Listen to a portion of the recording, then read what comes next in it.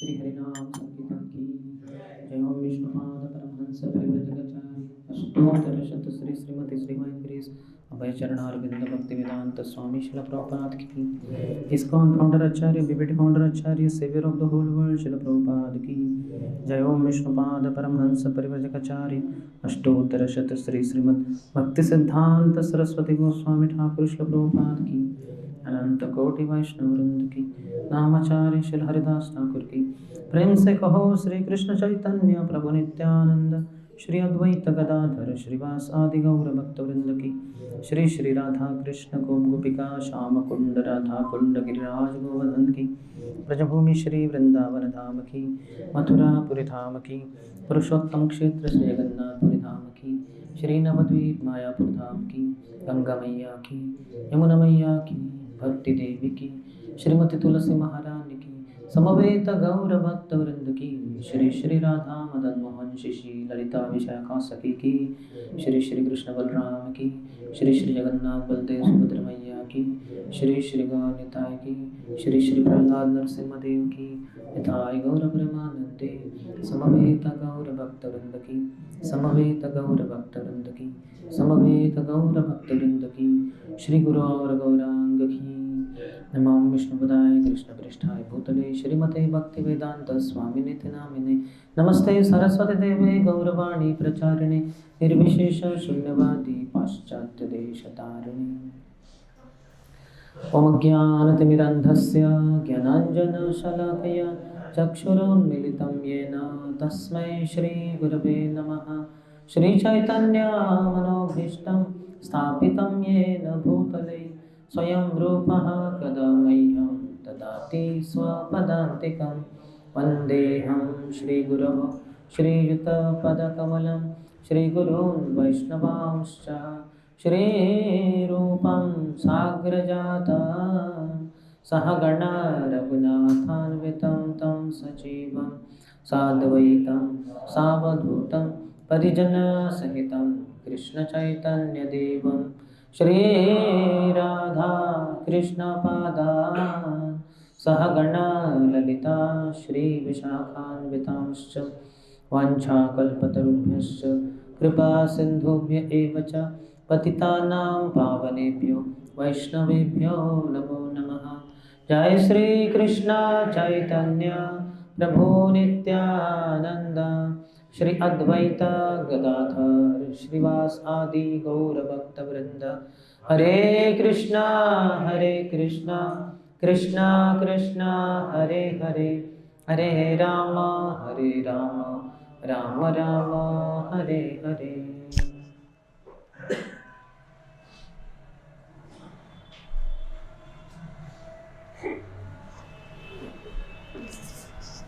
हरे कृष्णा। आज के शाम के हमारी चर्चा में सभी भक्तों का हार्दिक स्वागत है। तो थोड़े से शुरुआत करने के पहले कल जो चर्चा की थी उसकी थोड़ी रिवीजन करेंगे। आप बताएंगे क्या हम चर्चा किए थे, जो भी आपको याद है। विषय कौन सा था? यस, हाँ, कनिष्ठ अधिकारी से मध्यम अधिकारी तक ऊपर जाना। कौन से आपको पॉइंट्स याद है?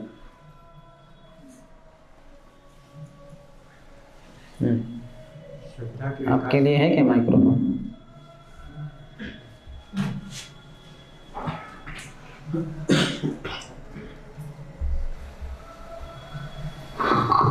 पीछे। हरे कृष्ण। कल की चर्चा जो हुई कि कनिष्ठ अधिकारी, मध्यम अधिकारी और उत्तम अधिकारी का जानना संक्षिप्त में था। श्रद्धा का विकास के ऊपर बताया था कि जिस तरह से कनिष्ठ अधिकारी की श्रद्धा कम रहती है और मध्यम अधिकारी की श्रद्धा, मेन श्रद्धा के ऊपर फोकस करा कि श्रद्धा के अनुसार इनका विभाग। वो किसके अनुसार, किस में ऐसे बताया गया? हाँ, श्री चैतन्य चरितामृत में और श्रीमद् भागवतम में उनके ज्ञान के अनुसार। और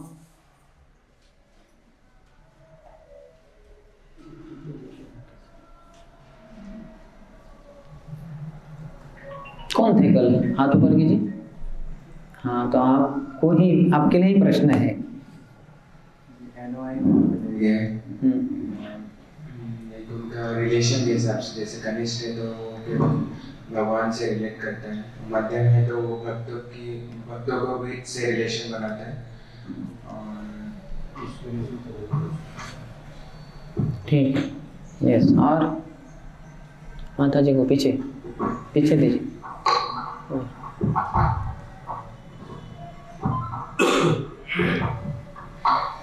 प्रभु जी, ज्ञान के अनुसार, ज्ञान के स्तर पे आपने बताया था श्रीमद् भागवतम में से कनिष्ठ अधिकारी अर्चा विग्रह को अल्टीमेट समझते हैं और श्रद्धा उनका कोमल होता है और हृदय में द्वेष रखते हैं, और मध्यम अधिकारी प्रेम, मैत्री और कृपा उपेक्षा। किसके साथ? प्रेम रखते हैं भगवान के साथ, मैत्री रखते हैं भक्त के साथ, कृपा करते हैं अभक्तों को, और उपेक्षा द्वेषी से। करेक्ट। माता जी का भी हाथ ऊपर था शायद। हरे कृष्ण। तो उत्तम अधिकारी का सबसे अच्छा ऊंचा स्तर होता है, तो वो उत्तम अधिकारी जो होते हैं वो हमेशा सबके प्रति समान भाव रखते हैं, उनके हृदय में सबके लिए शुद्ध भाव होता है, सबके अंदर वो परमात्मा के दर्शन करते हैं। लेकिन प्रचार करने के लिए वो कभी कभी मध्यम अधिकारी का भूमिका निभाते हैं, और अपने मतलब सब पे कृपा करने के लिए वो प्रचार के लिए ऐसा मतलब जाहिर करते हैं कि वो मध्यम अधिकारी है, तो ये उनकी जीवों पे कृपा रहती है। लेकिन वो जाहिर नहीं करते कि मैं मध्यम अधिकारी हूँ, क्योंकि मध्यम अधिकारी भी बहुत ऊंचा स्तर है, तो ऐसे वो अपने गुणगान नहीं करते बैठे, बस वो चेतना का थोड़ा सा एडजस्टमेंट, हाँ, कि ये सोचने के बजाय कि सभी भक्त हैं, मैं ही एक अभक्त हूँ, इसके बजाय वो सोचते हैं कि जीवात्मा भगवान से दूर होने के कारण दुख भोग रहे, तो उनको ज्ञान देना ज़रूरी है, तो फिर मैं ज्ञान देने के लिए तैयार हूँ, तो वो थोड़ा ऐसे। और कोई?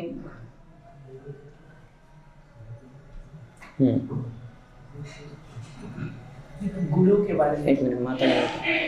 हरे कृष्ण। हरे कृष्ण। आपने बताया था कि प्रभुपाद जी हमेशा हमको उपलब्ध है उनके ग्रंथों में और व्यक्ति भागवत में, जो भागवत में शुद्ध भक्त जो है, जो भागवत की कथा करते हैं, प्रभुपाद जी हमको हमेशा उपलब्ध है। श्रील प्रभुपाद के प्रामाणिक अनुयायी, उनके हृदय में प्रभुपाद हमारे लिए उपलब्ध है। यस। और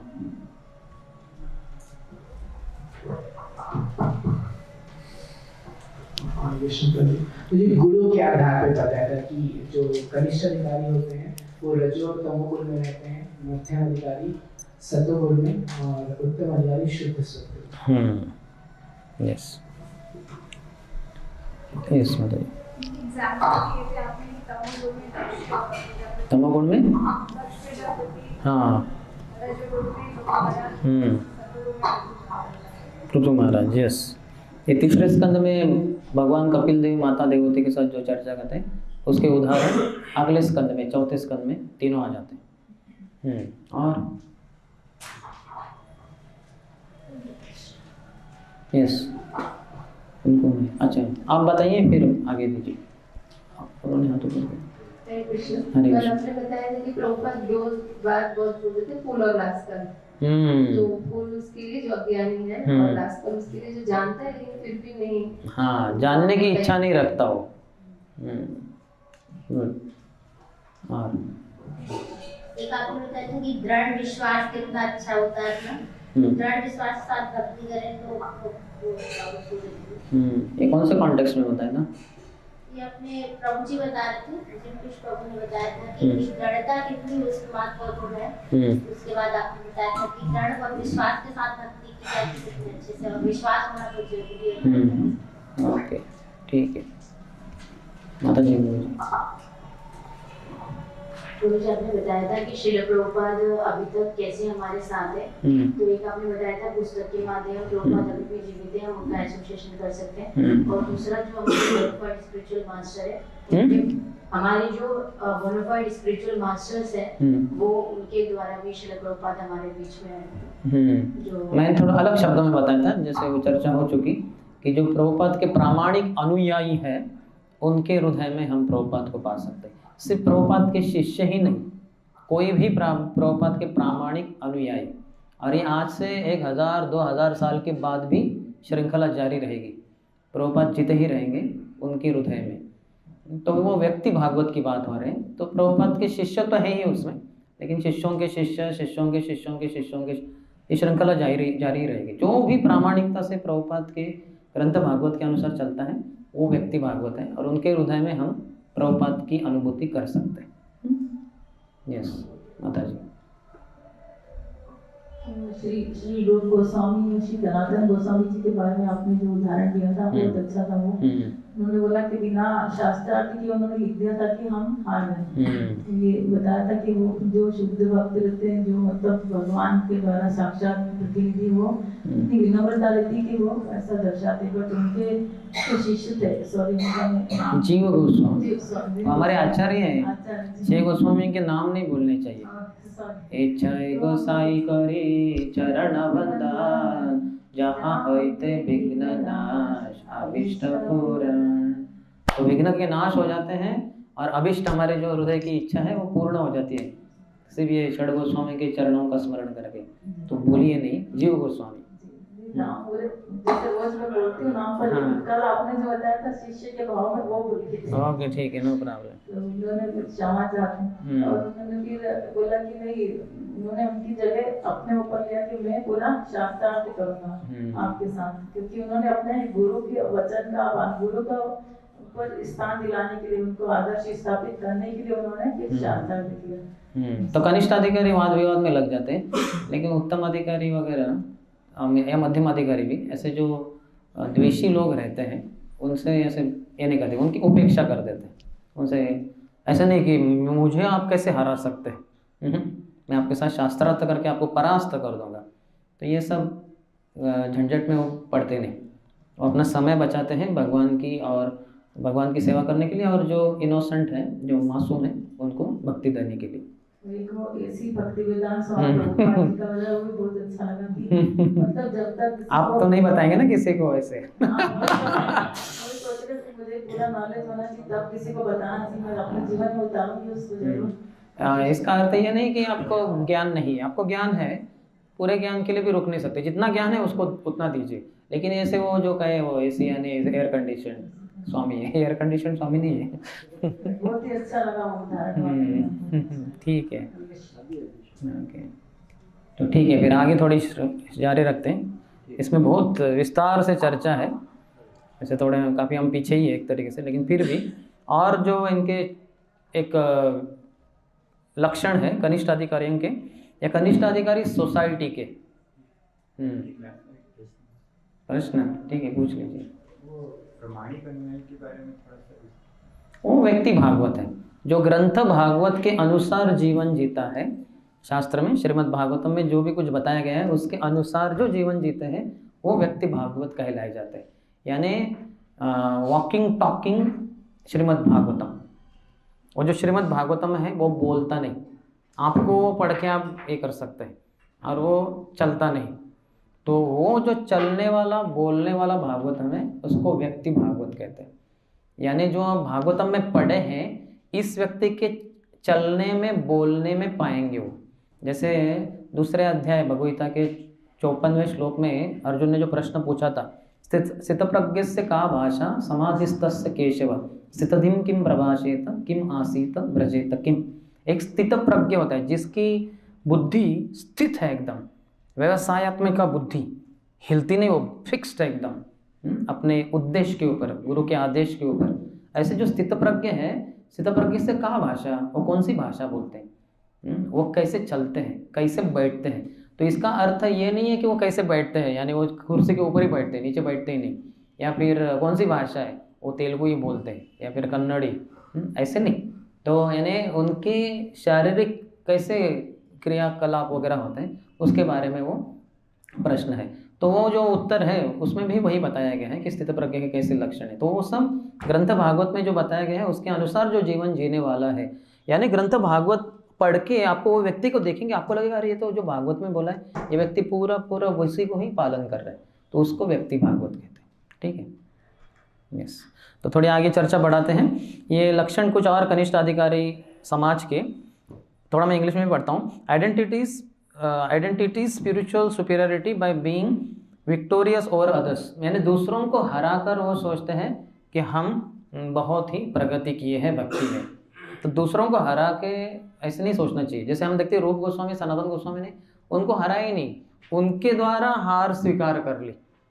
तो ये भक्ति में प्रगति का लक्षण नहीं है कि हमने दूसरों को पराजित कर दिया तो फिर हम यशस्वी हुए तो हमने बहुत ही भक्ति में प्रगति की है, ये नहीं। ज्ञान के बलबूते पर भक्ति में प्रगति है ऐसा लक्षण नहीं मान सकते। और इसी तरह से वो इंस्टीट्यूशनलाइज कर देते हैं एक स्पर्धा को। जैसे हो सकता है मंदिरों में स्पर्धा लग जाए, जैसे अभी ये पुस्तक वितरण में होता भी है कुछ हद तक, अरे उनका पहला नंबर आया था, अभी हम भी थोड़ा सा कम थे, 50,000 कम हुआ था पिछली बार, इस बार ज़्यादा करके उनको हरा देंगे, दिखा देंगे कि हम सब मध्यम अधिकारी हैं, उनका मंदिर कनिष्ठ अधिकारियों का है और हमारा उच्च है। वैसे नहीं होता वो आप पुस्तक वितरण ज़्यादा करके कि आप मध्यम अधिकारी नहीं बनते, प्रभुपाद को प्रसन्न करके ज़रूर बन सकते हैं, समझ रहे हैं आप। तो ये इंस्टीट्यूशनलाइजेशन नहीं कर सकते हम, वो वैयक्तिक रूप से होता है। तो अभी ये कनिष्ठ अधिकारी के स्तर से ऊपर उठने के बारे में कुछ चर्चा होगी। इसमें बताया है कि जो बहुत ही ध्यानपूर्वक साधन भक्ति के अंगों को स्वीकार करते हैं, साधना भक्ति करते हैं, साधन भक्ति, वो भक्ति में प्रगति करेंगे, कनिष्ठ से उत्तम में पहुंच जाएंगे। यानी सुबह जल्दी उठना, नहा धो के जप करना, मंगल आरती करना, मंदिर में हो, मंदिर में नहीं जमता तो आपके खुद के घर में हो, ठीक है। सुबह सुबह मंगल आरती नहीं कर सकते, पड़ोसी ये हो जाएंगे, तो जप करना पहले, फिर बाद में मंगल आरती करना। ये जो साधन भक्ति जो गुरु महाराज बताते हैं उनके वचनों के अनुसार चलने से फिर हम कनिष्ठ से मध्यम के स्तर पे आ जाएंगे। और अपने मिथ्या अहंकार को, अपने द्वेष को बाजू में रखकर, जैसे प्रभुपाद ने कहा था कि आप मेरे पश्चात मुझसे कितना प्रेम करते हो, ये आपके एक दूसरे के साथ जो सहकार्य है, कोऑपरेशन, उससे समझ में आएगा। प्रभुपाद कह सकते थे कि आपका एक दूसरे के साथ कितना प्रेम है उसके, लेकिन वो नहीं, क्योंकि प्रेम बहुत ही ऊंचे स्तर पे, उसके लिए हमें शुद्ध भक्त ही बनना पड़ेगा एक दूसरे से प्रेम करने के लिए। जैसे वो कल हम मध्यम अधिकारी की चर्चा किए तो उनको कृष्ण के प्रति प्रेम है, भक्तों के साथ मैत्री है, तो मैत्री भी थोड़ा ऊंची है, थोड़ा नीचे कोऑपरेशन है। ठीक है, चलो प्रभुपाद के संस्था के लिए मैं ये जो भक्त कह रहे हैं उनके अनुसार चलने के लिए तैयार हूँ, क्योंकि हम सबका आपस में मतभेद होगा, सबकी इच्छा है सेवा हो भगवान की, गुरु की, लेकिन किस तरह से हो ये अलग अलग सबके विचार रहेंगे। तो इसके कारण भक्तों में काफ़ी झगड़े होते हैं। कोई कहता है, सब कहते हैं प्रचार ही करना है, तो कोई कहता है प्रचार करेंगे रथ यात्रा के द्वारा, पूरे उज्जैन में सभी लोगों को पता चलेगा, सब न्यूज़पेपर्स में वगैरह आएगा वगैरह। कोई कहता है नहीं नहीं ये नहीं, बहुत खर्चा हो जाता है उसमें, बहुत ये हम कॉलेज प्रीचिंग करेंगे, वो प्रचार है। कोई कहेंगे नहीं नहीं पुस्तक वितरण करेंगे, कोई कहेंगे नहीं स्ट्रीट संकीर्तन करना चाहिए, कितने सारे उज्जैन के गली गली में लोगों को पता ही नहीं कि यहाँ इस्कॉन है करके वगैरह। तो ऐसे हर किसी का मतभेद के कारण फिर ऐसा होता है कि कहीं भी नहीं जा पाते हम, है कि नहीं, एक दिशा में जाना चाहिए तो हो नहीं पाता। तो इसलिए कोऑपरेशन, सहकार्य एक दूसरे के साथ, ये बहुत ही महत्वपूर्ण है। अपने मिथ्या अहंकार को, द्वेष को थोड़ा बाजू में रखना होगा कॉमन कॉज के लिए, प्रभुपाद की संस्था के लिए। फिर तीसरा है कि साधन भक्ति का अगर हम दुर्लक्ष्य कर देंगे तो हमारे लिए प्राण घातक रहेगा। कृष्ण हमारे प्राण हैं भक्तों के, तो प्राण घातक यानी कृष्ण हमारे जीवन में कम हो जाएंगे अगर हम साधन भक्ति को दुर्लक्षित कर देंगे तो। और उसी तरह से एक मध्यम अधिकारी के समाज को पैदा करने के लिए, उसको टिकाए रखने के लिए जो भी ज़रूरत है, उसके लिए हम सबको एकजुट होकर एक प्रयत्नशील होना होगा। पहले तो सुनना है, जैसे अभी राजेंद्र कृष्ण प्रभु की इच्छा थी हम इसके ऊपर चर्चा करें, इससे के द्वारा हमें समझेगा कि होता क्या है ये कनिष्ठ अधिकारी, होते क्या है ये मध्यम अधिकारी, यहाँ से वहाँ जाना भी कैसे है। तो ये चर्चा के बाद हमें समझ में तो आएगा कि हम कनिष्ठ अधिकारी, और ये भी समझ में आएगा मध्यम अधिकारी बहुत अच्छे होते हैं, प्रचार बहुत अच्छे से करते हैं, तो हमें भी बनना है वो, तो बनने के लिए क्या करना है वो भी चर्चा होगी। तो ये भी चर्चा महत्वपूर्ण है, जिससे कि हम कनिष्ठ से मध्यम अधिकारी की तरफ अग्रसर हो सकते हैं। तो इसके लिए 8 घटक बताए गए, फैक्टर्स, कि जिसके द्वारा एक वैयक्तिक भक्त जो कनिष्ठ है मध्यम अधिकारी के स्तर पे उन्नत हो सकता है, या फिर जो समाज कनिष्ठ भक्तों का समाज है वो मध्यम भक्तों का समाज में परिवर्तित हो जाएगा। तो उसके लिए 8 चीज़ें मैं बताता हूँ, फिर विस्तार से बाद में चर्चा करेंगे। पहला है कि दूसरों के अस्तित्व के बारे में सतेज रहना, कॉन्शियस, सतेज है ना, सचेत ओके सॉरी, सचेत रहना, बीइंग कॉन्शियस ऑफ अदर्स, कि वो भी अस्तित्व में है।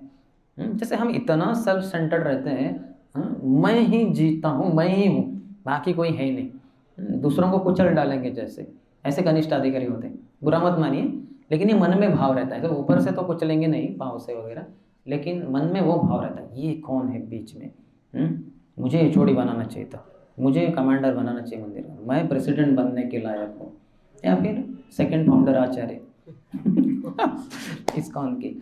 तो ये सब जो है, तो इसमें हम अपने आप को ही केंद्र में रखते हैं। शायद सुबह हमने बताया था परम पूज्य राजनाथ महाराज का जो भक्ति का परिभाषा जो मुझे बहुत अच्छा लगता है, मैं उसको हज़ारों बार बोलता रहता हूँ कि advancement in Krishna consciousness means to take oneself out of centre and to put Krishna there. भक्ति में प्रगति का मतलब है अपने आप को केंद्र से बाहर निकलना और कृष्ण को केंद्र में रखना। तो हम अपने आप को ही केंद्र में रखते हैं। भक्ति में जो सेवा भी करेंगे, लेकिन मेरा कैसे नाम हो, सभी भक्तों मेरी ही जय जयकार करे, ये हमारे अंदर का भाव जो है, ये प्रगति के लिए बहुत ही बाधक है। तो भगवान हरि गुरु वैष्णव की चर्चा, उनके ही गुणगान हो, ये होना चाहिए। परम पूज्य भक्ति रसामृत महाराज का भी एक फेवरेट स्टेटमेंट है, शायद अब्राहम लिंकन का है वो कहते हैं there is no limit to how much there would be success if it does not matter who gets the credit. जो there is no limit to how much there can be success, यश की कुछ सीमा ही नहीं हो सकती, यानी इतना यश मिल सकता है, इतना यश मिल सकता है, अगर ये मायने नहीं रखता कि किसका गुणगान होता है, किसको क्रेडिट मिलता है। क्रेडिट को क्या कहेंगे? श्रेय। किसको श्रेय मिलता है? समझिए कि मैं जाके किधर तो 100 महाबिग बुक करके आया आज, या आज हमारे दोपहर के प्रोग्राम हुआ हमारा, तो नए लोगों के लिए भगवद्गीता, तो उसमें मैंने उनको बताया, जो संचालक थे, कि कृपया एंड में भगवद्गीता बुक्स के बारे में बताइए, और बताइए जो इन्होंने प्रवचन दिया है वो अपना सिग्नेचर करके देंगे वगैरह। तो क्योंकि मैंने कहा उनको, क्योंकि जिसने प्रवचन दिया है उससे काफ़ी लोग प्रभावित रहते हैं, तो अगर वो सिग्नेचर देने को तैयार है तो काफ़ी लोग लेने के लिए थोड़े उत्साहित हो जाते हैं, तो कृपया उसको कीजिए। तो बाद में इतना वो लंबा क्लास चला, बहुत क्वेश्चन आंसर, 3 बजे के करीबन, तो वो बोले प्रभु जी अभी वो छोड़ दीजिए, वो अभी बहुत लेट हो गया। मैंने नहीं, बोल दीजिए आप, हो जा, जो होगा वो देखा जाएगा वगैरह। तो उसमें अभी तो कर दिया, हो गए शायद 16 भागवतम और पता नहीं भगवद्गीता 16, तो जो भी है। लेकिन कल सुबह अगर अनाउंसमेंट कर रहे हैं तो मैं तो ये मुझे हमें पड़ी नहीं कि हमारा नाम अनाउंस हो। हमें क्या है कि प्रभुपाद की किताब जानी चाहिए, है कि नहीं? वही लोग अगर हम अनाउंसमेंट नहीं करेंगे तो नहीं लेते थे शायद। अभी बोले कि जिसने प्रवचन दिया वो अपना सिग्नेचर देने को तैयार है, तो बहुत ले लेते हैं लोग, है ना, नए लोग विशेषता। तो फिर आप जैसे नहीं लेंगे, अब ये तो प्रभु जी आते रहते हैं तो लेकिन वो लोगों के लिए थोड़ा एक ऐसा नई बात होती है, अच्छी बात होती है।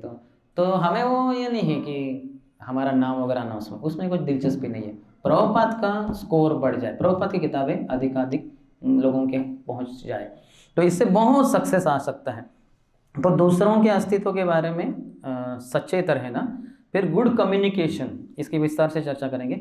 अच्छा कम्युनिकेशन, संवाद, संवाद, दैट इज कॉन्वर्सेशन, हाँ, माय गॉड, ये तो बहुत ही जबरदस्त हिंदी है जो मेरे संप्रेषण, कम्युनिकेशन, संवाद तो कॉन्वर्सेशन होता है ना, ठीक है, चलो आप समझ गए ना, सभी समझ गए, कम्युनिकेट कर दिया ना। जैसे मैं जो कहना चाहता हूँ आप तक पहुँचाऊँ मैं, अभी कैसे पहुँचाता हूँ अलग बात है, अब यहाँ भाषा का ही प्रॉब्लम आ रहा है, ठीक है, आप कम्युनिकेट कर हो गया, गुड कम्युनिकेशन। तीसरा है अप्रिशिएशन एंड रिस्पेक्ट, भक्तों की सराहना करना और उनको आदर देना। चौथा है ट्रांसेंडिंग इंडिविजुअल डिफरेंसेस, हमारे जो मतभेद है उसके परे चले जाना, ये ना देखना कि क्या हम में अंतर है, क्या देखना कि हम सबका मिशन तो एक ही है। जैसे हम यहाँ भी बैठ कर देख सकते हैं, हर किसी का वर्ण अलग है, हर किसी का हाइट अलग है, हर किसी का वेट अलग है ना, सब कुछ अलग ही है, कोई दो जन समान दिखते ही नहीं। लेकिन फिर भी हम ये प्रवचन में क्यों बैठे हैं? क्योंकि हम प्रभुपाद के संस्था को आगे बढ़ाने के लिए क्या उचित है वो जानने की इच्छा रखते हैं। तो हमारे मिशन में हम सब एक है।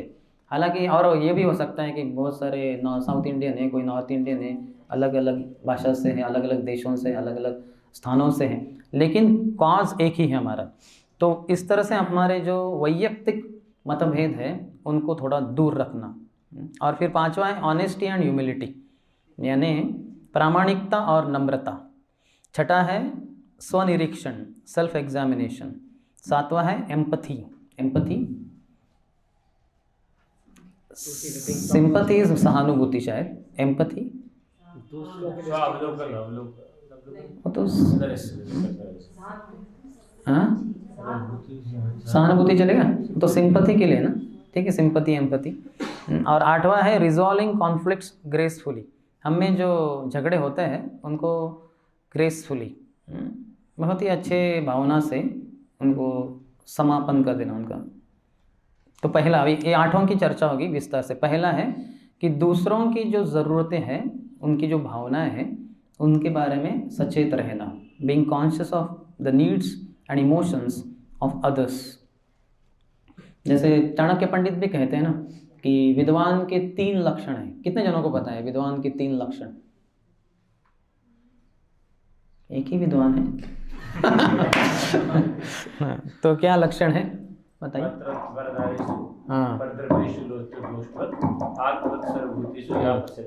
हाँ, अभी थोड़ा हिंदी में बताइए। तो जो पर स्त्री को, अपनी स्त्री को छोड़ के बाकी को माता के समान देखता है और दूसरे की वस्तुओं को कचरे के समान या तुच्छ समझता है, और दूसरे जीवों को जिस प्रकार से स्वयं के रिस्पेक्ट समझ जाता है वैसे ही दूसरों को। लोग मेरे साथ कैसे व्यवहार करें, उस ऐसा ही व्यवहार में दूसरों को भी करो, तो ये जो करता है वो विद्वान कहलाया जाता है। तो उसी तरह से हमें भी दूसरों की जो ज़रूरतें हैं, उनकी जो भावना है, उसको आदर देना चाहिए, उसको देखना चाहिए क्या ज़रूरत है। तो हमारे जो सेमिनार्स होते हैं इस्कॉन के, काफ़ी सारे में 3 चीज़ें बताई जाती हैं, NICs। आप में से कितने जनों ने सुना है ये 3, यानी ये शॉर्ट फॉर्म्स है। तो जिन्होंने सेमिनार्स अटेंड किए इस्कॉन में वो सुनेंगे, नीड्स, इंटरेस्ट एंड कंसर्न्स। ये बहुत ही महत्वपूर्ण है। दूसरों की क्या ज़रूरतें हैं, नीड्स, इंटरेस्ट, उनकी किस में रुचि है, और फिर कंसर्न्स, उनके कंसर्न्स, चिंताएं, हाँ, जैसे अपेक्षाएं वगैरह जैसे। तो ठीक है, तो ये देखना चाहिए। तो फिर अभी पहला वाला जो है कि इसके बारे में उन्होंने बहुत सारे पॉइंट्स बताए हैं। Acknowledging someone exist and they have needs and emotions like us. तो जितना हम सेल्फ सेंटर्ड रहते हैं, अपने आप को केंद्र में रखते हैं, उतना दूसरों के अस्तित्व को पहचानते ही नहीं। बस सब कुछ मेरे अनुसार चलना चाहिए। जैसे हम सब बचपन में, आप में से कितने जन बचपन में खेले? वैसे तो अभी हम कीर्तन में बीच में नाचते होंगे ही, लेकिन बचपन में कितने जन ऐसे गोल गोल घूमना ऐसे खेले? हाथों पर कीजिए। हाँ, सब खेले। आप नहीं खेले? खेले ना? नहीं खेले तो अभी खेल लीजिए। ये पॉइंट समझने के लिए जो हम मना रहे हैं, ये मैंने शायद परम पूज्य निरंजन स्वामी महाराज की किताब में पढ़ा था शायद। तो उसमें बताया है कि जब हम ऐसे बचपन में गोल गोल गोल घूमते थे, जो भी है, आधा मिनट 1 मिनट घूम घूम घूम के बहुत स्पीड से, फिर रुक जाते थे। तो कैसे, तो अपने आप को संभालते थे, क्योंकि वो थोड़ा चक्कर जैसे आता है। लेकिन रुकते हैं तो क्या होता है, सब जो ये रूम है, ये दीवार, ये सब घूम रही है, गोल गोल गोल गोल, मेरे आजू बाजू में घूम रही है। तो ये जो है, ये हमारी करोड़ों जन्मों की स्थिति है। हम इतने योनियों से भटक चुके हैं, घूम घूम घूम घूम के, अभी जब मानव शरीर में आते हैं तो ऐसा लगता है कि पूरा संसार मेरे आजू बाजू में घूम रहा है, मैं केंद्र में हूँ और मेरे विचारों के अनुसार सब कुछ चल रहा है। ऐसे हम सोचते, कुछ चल नहीं रहा है हमारे अनुसार, लेकिन हम सोचते ऐसे, जैसे वो कुछ घूमता नहीं, वो रूम के दीवारें, लेकिन हम घूम चुके हैं और रुके अचानक तो ऐसा लगता है कि वो सब घूम रहा है। घूम कुछ नहीं रहा है, आपका दिमाग घूम रहा है, ये समस्या है। वैसे हम भी नाना योनियों से भ्रमण कर रहे हैं, घूम रहे हैं, इसलिए ऐसा लगता है कि पूरा संसार मेरे आजू बाजू में घूम रहा है, कुछ हमारे आजू बाजू में नहीं घूम रहा है। तो ये है, इससे हमें बचना चाहिए। और दूसरे भी अस्तित्व में हैं, ये समझना चाहिए, उनकी क्या भावनाएं हैं, उनकी क्या ज़रूरतें हैं, ये भी देखना चाहिए। ये पहला पॉइंट है। दूसरा है, we generally focus on our own needs. हम अपनी ही ज़रूरतों के ऊपर ध्यान देते रहते हैं, at the expense of others need. और ये करते करते दूसरों की ज़रूरत है उसको हम जैसे निगलेक्ट कर देते, दुर्लक्षित कर देते हैं, और उनकी क्या भावनाएं हैं वो हम देखते ही नहीं। तो जैसे दुकानदारों में होता है या बिज़नेस में वगैरह होता है कि वो ऐसे एक बिज़नेस शुरू कर देगा नया उस व्यक्ति के एरिया में जहाँ वो फ्लरिश हो रहा है, तो वहाँ ये अपना बिज़नेस शुरू करके उसको कैसे दबोचना है, और फिर अपना कैसे ज़्यादा करके उसको बाद में वहाँ से निकाल ही देना है, ऐसे करना वगैरह, तो ऐसा हो जाता है लोगों का, हमारा भी हो जाता है वो, तो इससे बचना चाहिए हमें। नॉट कॉन्शियस ऑफ ऑफेंडिंग और हर्टिंग अदर्स, हम दूसरों का अपराध कर रहे हैं, उनको दुख दे रहे हैं, इसके बारे में हमें कुछ जानकारी नहीं रहती, कैसे उल्टा सीधा बोल देते हैं, तो ऐसा नहीं बोलना चाहिए। इसलिए वैष्णव एटिकेट्स भी है, आचार संहिता, वैष्णव आचार संहिता।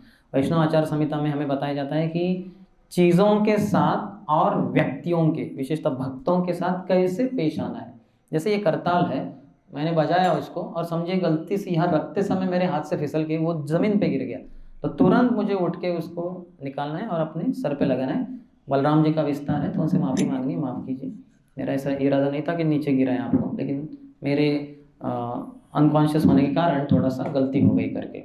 तो ये करताल, ये कोई सामान्य बेल मेटल की चीज़ नहीं है, ये साक्षात बलराम जी के विस्तार है। कृष्ण जब नाम रूप में कीर्तन में प्रवेश आ जाते हैं तो उनको सहकार्य करने के लिए बलराम जी करताल, मृदंग इत्यादि वाद्यों के द्वारा आ जाते हैं उनके कीर्तन में शामिल होने के लिए, उनको मदद करने के लिए। तो ऐसे चीज़ें और भक्त, उनको कैसे आदर देना, ये सब जो संबंधित चीज़ें हैं उनको ही वैष्णव आचार संहिता कहते हैं। अपराध यानी एक ही शब्द है, अनादर। जितना अनादर करते हैं हम चीज़ों का, व्यक्तियों का, विशेषतः भक्तों का, तो वो सब अपराध में आ जाता है। और ये अपराधों से बचना यानी एक ही चीज़, आदर। जो अनादर कर रहे हैं उसके बजाय आदर करना है। तो आदर कैसे करना है, तो उसके लिए बहुत सारे वैष्णव आचार संहिता में बताया है कि जब भक्तों को मिलते हैं तो हम पंचांग प्रणाम करते हैं, वांछा कल्पतरुभ्यश्च कृपा सिंधुभ्यो पतितानां पावनेभ्यो वैष्णव नमः। अतः सन्यासी वगैरह है तो अष्टांग प्रणाम इत्यादि, तो सब कुछ हम अच्छे से सीखते हैं।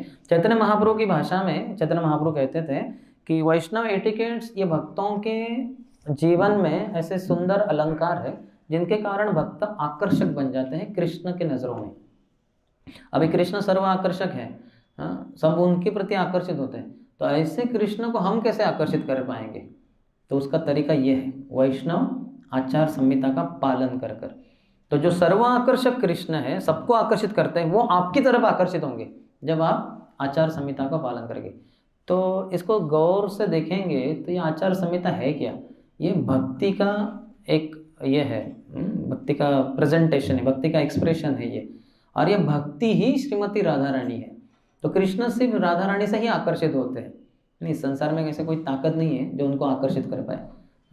तो भगवान भक्तों से आकर्षित होने के बजाय भक्तों का जो भक्ति है उनसे आकर्षित होते हैं, क्योंकि ये भक्ति और कोई नहीं, श्रीमती राधा रानी है। जो हम कहते हैं श्रीमती रुंदे देवी तुलसी महारानी की जय, भक्ति देवी की जय। तो भक्ति देवी करके एक देवी है ज़रूर जो राधा रानी की ही विस्तार है, लेकिन श्रीमती राधा रानी स्वयं साक्षात भक्ति रूप, भक्ति देवी के पर्सोनिफाइड मूर्तिमान स्वरूप है। तो इसलिए जब हम आचार संहिता को पालन करते जीवन में तो कृष्ण हमसे आकर्षित होते हैं, क्योंकि वो राधा रानी का ही वो प्राकट्यकरण हो जाता है हमारे जीवन में, हमारे अस्तित्व में। जैसे हम सब कृष्ण के अंश हैं, हमारी भक्ति श्रीमती राधा रानी के अंश है। तो ये बहुत महत्वपूर्ण है समझना। तो हम में दोनों है, एक तरीके से हम कृष्ण के अंश हैं और हमारी भक्ति श्रीमती राधा रानी के अंश है। तो इसी कारण कृष्ण हमारे तरफ आकर्षित होते हैं, क्योंकि हम श्रीमती राधा रानी को ही प्रदर्शित करते हैं भगवान को, तो भगवान बहुत आकर्षित हो जाते हैं। तो फिर दूसरा पॉइंट है इसमें, तीसरा पॉइंट है नॉट कॉन्शियस ऑफ ऑफेंडिंग और हर्टिंग अदर्स, वो तीसरा होगा। चौथा, developing skills of interpersonal dealings, जो भक्तों के साथ आदान प्रदान कैसे करने हैं, इसके जो कौशल्य है उसको हमें सीखना है। तो उदाहरण देते हैं, जैसे कि हम कैसे दूसरों के साथ व्यवहार कर रहे हैं, हमारी एटीट्यूड, वृत्ति कैसी है, इंटरेक्शन, हमारे जो एक दूसरे के साथ वार्तालाप वगैरह हैं, संबंध है, उससे कैसे दूसरे जन प्रभावित होते हैं, और उनको अगर हम तुरंत अगर कुछ करेक्ट कर दे, कुछ गलती को दिखा दे, तो उसका क्या परिणाम होता है, इसके जो क्या कहते हैं, इसके जो प्रभाव है इसको समझना। तो ये सब बनने के लिए थोड़ा धीर बनना पड़ेगा, थोड़ा सोच समझ कर भक्ति में कि क्या कर रहा हूँ मैं। जैसे हम जवान बच्चों के लिए जो एक माला वगैरह कर रहे हैं कुछ 5-6 महीने से, उनके लिए एक सेमिनार लेते हैं, हमारे वॉइस यूथ प्रीचिंग में बहुत कॉमन है। Why we do what we do, हम जो कर रहे हैं ये क्या कर रहे हैं, क्यों कर रहे हैं, इसके बारे में चर्चा। जैसे प्रभु जी अभी एक अगरबत्ती घुमा रहे हैं, किसी को पता है ये क्या है? हाथ ऊपर कीजिए, बोलेंगे नहीं कोई। ये क्या कर रहे हैं? आता तो अगरबत्ती घुमा रहे हैं वो तो है, लेकिन इसका अर्थ क्या निकलता है? 1 2 और किसको बताइए? 3 ओके, आप बताइए। ये अर्थ को ऑफर करते हैं। हाँ, जो पृथ्वी है, पृथ्वी एक सुगंध देती है। जैसे पहली बार वर्षा होती है तो हम देखते हैं बहुत अच्छा खुशबू आता है। पुण्यो गंध पृथ्व्याम च, पृथ्वी का गंध पुण्य है, बहुत ही सुहासिक है वो। तो यही पृथ्वी से बनता है ये अगरबत्ती। और ये जब घुमा रहे हैं तो हम पृथ्वी अर्पण कर रहे हैं। फिर अर्थात तो उसमें अर्घ्यम भी रहेगा, गुलाब जल, तो वो जल अर्पण हो गया। फिर लैम्प लगाते हैं तो अग्नि अर्पण हो गया। फिर पृथ्वी, आप, वायु, वायु मयूर पंख का पंखा वो है वो। ये चामर नहीं, चामर अलग है।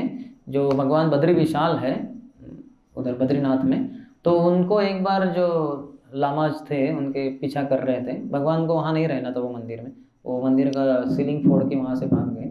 तो ये सब आगे उनके पीछे पीछे पीछे, तो भगवान भागते भागते भागते अपने आप को छुपाने के लिए एक गाय के पूंछ में छिप गए। वो गाय का नाम है चमरी। तो फिर वो सब आए, देख रहे थे किधर गए, तो नहीं दिखे तो चले गए। तो बाद में भगवान प्रकट हो गए और बोले, हे गाय, तुमने मुझे छुपाया, रक्षा की, तो मैं तुम्हें आशीर्वाद देता हूँ कि मेरे पूजा में तुम्हारा इस्तेमाल होगा। तो उसकी जो पूंछ है चमरी गाय की, तो उसको चामर कहते हैं। अगर ये आप चामर को देखेंगे, वो जो लगा रहता है डंडे में, उसके अंदर एक हड्डी दिखाई देगी आपको, क्योंकि वो गाय के पूंछ का अंत है, वहाँ से जो बाल निकलते हैं। गाय की पूंछ अगर आपने देखी, ये चमरी गाय है, इंग्लिश में इसको याक कहते हैं, जो हिमालय प्रदेशों में मिलता है ये गाय, तो उसके इससे बनी है। तो चमरी गाय से बना हुआ ये चामर जो है, ये जो मक्खियाँ वगैरह आती हैं, क्योंकि भगवान को अच्छे से सुगंधी पुष्पों की माला वगैरह पहना जाता है, तो मक्खी वगैरह ऐसे कुछ आ जाए तो उनको हटाने के लिए है। लेकिन हवा जो देने के लिए क्या है? मयूर पंख का फैन जो होता है, आप देखते हैं बहुत सारे उसमें मयूर पंख होते हैं। इसलिए आज के तारीख में ये जो सीज़न चल रहा है ठंडी का, ओढ़न षष्ठी से, अभी पौर्णिमा चली गई तो करीबन 10 दिन पूर्व जो ओढ़न षष्ठी हुआ, तब से ठंडी बहुत बढ़ गई। तो इतनी ठंडी है, और उसमें अगर हम पंखा करेंगे भगवान को तो और ठंड लग जाएंगी, तो इसलिए पंखा नहीं करते। आप देखेंगे आज अभी जो आरती चलती है वो चामर के साथ अंत हो जाएगी, अंत में मयूर पंख नहीं अर्पण होगा। तो ये 2-3 महीने चलेगा, जब ठंडी चली जाएगी, काफ़ी कम हो जाएगी, तो फिर से मयूर पंख लगेगा। तो पृथ्वी, आप, वायु, तेज, आकाश। आकाश किसके द्वारा? शंख ध्वनि, जो आवाज़ है, शंख शुरुआत में और अंत में, तो उसके द्वारा भगवान को हम आकाश अर्पण कर रहे हैं। तो सभी 5 हो गए पंच महाभूत। उसके अलावा मन, बुद्धि, अहंकार भी अर्पण करना होता है। मन कैसे अर्पण करता है पुजारी? जब वो अर्पण कर रहे हैं जो चीज़, विशेषतः घी, लैंप इत्यादि, तो भगवान के अलग अलग अंगों के ऊपर वो ध्यान करता है। जैसे अगर फायर लैंप है तो उसमें वो पहले भगवान के चरणों के ऊपर 4 बार ऐसे दिखाएगा, फिर भगवान के नाभि कमल को 2 बार, फिर उनके मुख कमल को 3 बार, फिर पूरे शरीर को 7 बार। तो इस तरह से 4 2 3 7। तो इसके द्वारा वो भगवान के अलग अलग अंगों के ऊपर ध्यान करता है, तो मन फिक्स हो जाता है। तो मन, फिर बुद्धि, शास्त्र पढ़कर, भगवगीता में भगवान कहते हैं कि जो भगवगीता रोज़ पढ़ता है वो अपनी बुद्धि से मेरा पूजा करता है। तो ये तो है ही सब अगरबत्ती वगैरह, लेकिन बुद्धि से पूजा करना है तो भगवगीता पढ़ना चाहिए, शास्त्र पढ़नी चाहिए। तो बुद्धि, और फिर मिथ्याहंकार कैसे अर्पण करता है पुजारी? हाँ, प्रणाम करता है। आरती के पहले भी दंडवत करना होता है, अंत में भी दंडवत करना होता है, तो इसने अपने आप को झुका देते हैं। तो इस तरह से हम ये सब सीखना चाहिए अच्छे से। तो becoming aware of how our behaviour, attitudes and interaction affect others and correcting immediately if negative. हम दूसरों का अगर गलती है और तुरंत उसको सुधारने का प्रयास करते हैं, तो कैसे उनके कारण व्यक्ति को कैसे तकलीफ होती है वगैरह। जैसे किसी भक्त ने वो गए किधर, तो घर गए या कुछ हुआ, तो उनका जब सब रुक गया वगैरह, तो काफ़ी दिनों से घर में थे वगैरह, जब किया नहीं, वापस आ गए तो अपने वरिष्ठों को, एक वरिष्ठ को बताया कि ऐसा हुआ प्रभु जी, घर गया, मैं तो जप ही नहीं कर पाया वगैरह। तो लेकिन कृपया किसी को बताइए मत, अभी मैं फिर से 16 माला करना चाहता हूँ, कर रहा हूँ वगैरह इत्यादि ऐसे। तो ये भक्त दूसरों उन भक्तों के बीच में आते बोलते पता है क्या, प्रभु जी घर में गए पूरे माया में गिर गए, जब किया ही नहीं और अभी करने वाले हैं। तो अभी सोचिए ऐसा बोलेंगे, उसने पहले से बोला था कि मत बताइए किसी को, और ये सबके सामने इतना उसका जाहिर घोषणा ही कर रहे, तो कैसे उसको बुरा लगेगा। हो सकता है अगले दिन से मंदिर आना ही बंद कर दे कि कैसे अभी मुंह दिखाऊं, सबके सामने मेरी थू कर दी इन्होंने, सबको बता दिया। तो ऐसे जो हम व्यवहार है, ये कनिष्ठ अधिकारी का व्यवहार है, अपरिपक्व है, तो इसलिए ऐसे किसी की भी टांग खींचना वगैरह ये अच्छा नहीं है। इसलिए मैच्योरिटी लगती है। जैसे प्रभुपाद को हम देख सकते हैं, जैसे श्याम थे जो श्याम सुंदर प्रभु बने, तो वो कुछ महीनों के बाद प्रभुपाद के पास आए, कहे प्रभुपाद मुझे जेल जाना पड़ेगा। प्रभुपाद बोले कोई बात नहीं, कृष्ण का भी जन्म जेल में ही हुआ था। तो बोले वैसे नहीं प्रभुपाद, मुझसे कुछ हो गया, बोले कुछ गुनाह हो गया। तो बोले क्या गुनाह हुआ। बोले प्रभुपाद में पहले ड्रग्स बेचता था। प्रभुपाद के मैं भी ड्रग्स ही बेचता था पहले। मेरा प्रयाग फार्मेसी था, प्रयागराज में मैं मेडिसिन बेचता था। बोले नहीं प्रभुपाद वैसा वाला ड्रग्स नहीं, ये ड्रग्स वो सब LSD वगैरह। बोले अच्छा। तो फिर क्या, फिर बोले जेल जाना होगा मुझे 6 महीने कम से कम वगैरह। प्रभुपाद बोले कोई चिंता नहीं, तुम बस प्रचार करो जेल में, जबरदस्त प्रचार करो। तो हम देख सकते प्रभुपाद कितने बड़े हृदय वाले हैं ना। हमें सोचिए अगर कोई भक्त आके बोलता है कि प्रभु जी है ना मुझे जेल जाना पड़ेगा, भक्ति में आने के पूर्व ऐसा हुआ था, तो फिर हम तुरंत है तो बड़ा गुनहगार है, आप जल्दी जाओ भाई, हमारे इसे निकाल देते हैं आपका नाम, तो हमारा नाम खराब हो जाएगा। तो ये सब अच्छा नहीं है व्यवहार, हमें बड़े हृदय वाले होने चाहिए। एक बार एक व्यक्ति ऐसा ही वो चोरी डकैती वगैरह करता था, तो पुलिस उसके पीछे था और भागते वो अचानक इस्कॉन मंदिर में घुस गया। तो वो पुलिस को पता नहीं, उनको लगा ये मंदिर में थोड़ा ही जाएगा, वो चोर था, वो चक्कर था वगैरह। तो फिर पुलिस तो चली गई, इन्होंने ये आए देखा इधर कीर्तन वगैरह चल रहा था, वो भी भाग लिए वगैरह, अच्छा लगा उनको, और उन्होंने सोचा कि यही अच्छा स्थान है पुलिस से बचने के लिए, तो वहीं पे रह गए वो। तो रह गए तो फिर वो ब्रह्मचारी ही बन गए वो। तो ब्रह्मचारी बन गए तो सर मुंडन कर दिया उनको, धोती कुर्ता दिया, तिलक वगैरह, और वो भी फिर ब्रह्मचारी के नियम, फिर वो सुबह उठना, मंगल आरती करना, वो हो गया। तो ऐसे करते करते 1-2 साल बीत गए, तो अच्छा लगा उनका। लेकिन उनके मन में ये खटक रहा था कि मैंने ऐसे पहले सब कुछ किया है, पुलिस पीछे भाग रही थी वगैरह। तो उन्होंने अपने प्रेसिडेंट के पास बोला कि प्रभु जी मैंने ना कुछ गलतियाँ की थी पहले भक्ति में आने। तो तुरंत प्रेसिडेंट ने, अरे गलतियाँ तो हम सब करके ही इधर आए हैं भक्ति में, 100 चूहे खा के बिल्ली चली हज को। तो हम सबका ऐसा ही है, चिंता की बात है। बोले नहीं वैसे वाली नहीं, वो क्रिमिनल रिकॉर्ड है वो। तो गुनाह किया, क्या गुनाह किया था? तो उन्होंने अपना लिस्ट बताया। बोले माय गॉड ये तो ज़बरदस्त थे। तो बोले फिर मैं क्या करूँ प्रभु जी? बोले कि ऐसा करो, तुम जाओ पुलिस थाने में जाओ और बता दो सब कुछ क्या क्या किया है वगैरह, तो जो भी है सज़ा भुगत लो, फिर वापस आ जाना। तो चले गए और बताया उन्होंने। तो तुरंत पुलिस ने, पहले तो पुलिस को पता ही नहीं चला ये चोर है करके, क्योंकि पूरा फुल फ्लेजेड ब्रह्मचारी था वो।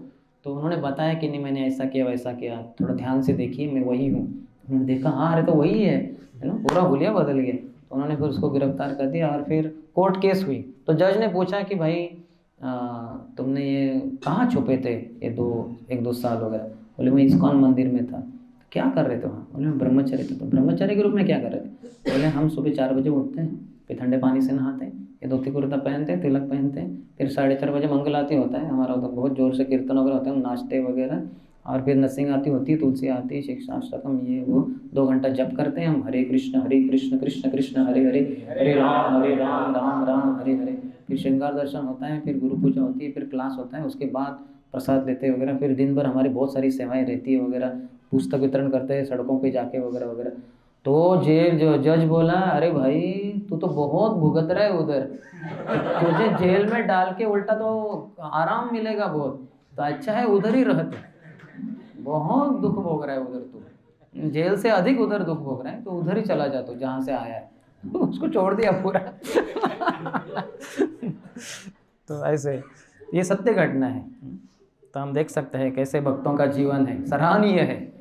हाई कोर्ट का जज भी शायद आपको बोलेगा कि आप बहुत कठिनाइयों से जा रहे, तो कृष्ण का हृदय क्यों नहीं पिघलेगा, है कि नहीं। आप अगर सुबह सुबह उठ के नहा धो के वगैरह भगवान के लिए तैयार हो रहे तो भगवान ज़रूर प्रसन्न होंगे। फिर पांचवी चीज़ वो बताते हैं कि first step is to understand and admit that a problem exist. ये बात समझना पहले कि ज़रूर समस्या है मुझ में, कि मैं ठीक से व्यवहार नहीं कर रहा हूँ। फिर छठा है putting one self in others shoes reflecting on others feeling, अपने आप को दूसरों के जूते में रखना, यानी आत्मवत् सर्वभूतेषु। जैसे कैसे उनके लिए क्या ज़रूरत है, जैसे अगर मैं दूसरे का जूता है उसमें अपना पाँव डालने जाओ तो मुझे तकलीफ होगी, क्योंकि मुझे समझेगा कि ये इनका बहुत छोटा जूता है, मेरा पाँव घुस ही नहीं रहा। या अगर बहुत बड़ा है तो मुझे नहीं, ये तो बहुत बड़ा है, ये तो चलना ही मुश्किल है, वो फिसल रहा है बार बार क्योंकि बहुत बड़ा है। तो उसी तरह से हम जब दूसरों के स्थिति में अपने आप को डालेंगे तब समझेंगे कि इनकी क्या ज़रूरत है।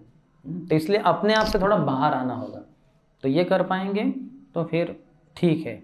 तो ये जो पूरा पहला पॉइंट है कि being conscious of needs and emotions of others, दूसरों की क्या ज़रूरत है, उनके लिए क्या ज़रूरत है वो जानना और उसके अनुसार व्यवहार करना। तो जैसे कोई बच्चे वगैरह हैं तो बच्चों के लिए क्या अच्छा लगता है, उनको कीर्तन अच्छा लगता है, उनको महाप्रसाद देंगे तो वो अच्छा लगेगा। तो वैसे उनके साथ जो बड़े हैं बुद्धिमान हैं तो उनके साथ फिलोसॉफिकल डिस्कशन, कुछ अन्य भक्तों के साथ शायद उनको थोड़ा यात्रा लेके जाना। तो ऐसे अलग अलग भक्तों के अलग अलग डिस्पोजिशंस, उनके अलग अलग ये है ज़रूरत है, तो उसके अनुसार हमें पेश आना चाहिए। ये पता होना चाहिए किसके साथ कैसे व्यवहार करें। सभी जो इस्कॉन के गुरु वृंद हैं, प्रभुपाद हम स्वयं देखते हैं कैसे अलग अलग भक्तों के साथ अलग अलग तरीके से पेश आते थे और सबको प्रसन्न करने की पूरी शक्ति रखते थे। तो ये बड़ी विशेषता है जो हम में नहीं होता। हम हर किसी को एक ही इसमें डाल देते हैं। जैसे उसको कहते हैं कि राउंड क्या कहते हैं, बार इन अ स्क्वायर होल। जैसे एक स्क्वायर होल है, उसमें मैं राउंड बार जो बड़ा है वो जा ही नहीं रहा, घुस ही नहीं रहा, दबा के प्रयास करे, वो घुस ही नहीं रहा उसमें से, क्योंकि वो ऐसा नहीं जाएगा। उसके लिए अगर वो स्क्वायर है तो उसमें स्क्वायर बार होना चाहिए, उससे थोड़ा कम साइज़ का होना चाहिए, फिर बराबर जाएगा। तो ये समझ में आना चाहिए कि कैसे व्यवहार करना चाहिए दूसरों के साथ। तो दूसरा इसमें पॉइंट है कनिष्ठ से उत्तम के तरफ जाने के लिए। तो ये पहला पॉइंट समझा। किसी का कोई प्रश्न है इसके संबंध में? दूसरों की ज़रूरतें, भावनाएं, उनको ठेस न पहुँचना भावनाओं को, और अर्थात जो ये है अधिकारी वर्ग है, जैसे टीचर्स है, काउंसलर्स है, प्रेसिडेंट है, ये उनके लिए लागू नहीं होता। भगवद्गीता में 17वें अध्याय में श्लोक आता है, अनुद्वेगकरम वाक्यम सत्यम प्रियम हितम च यत्।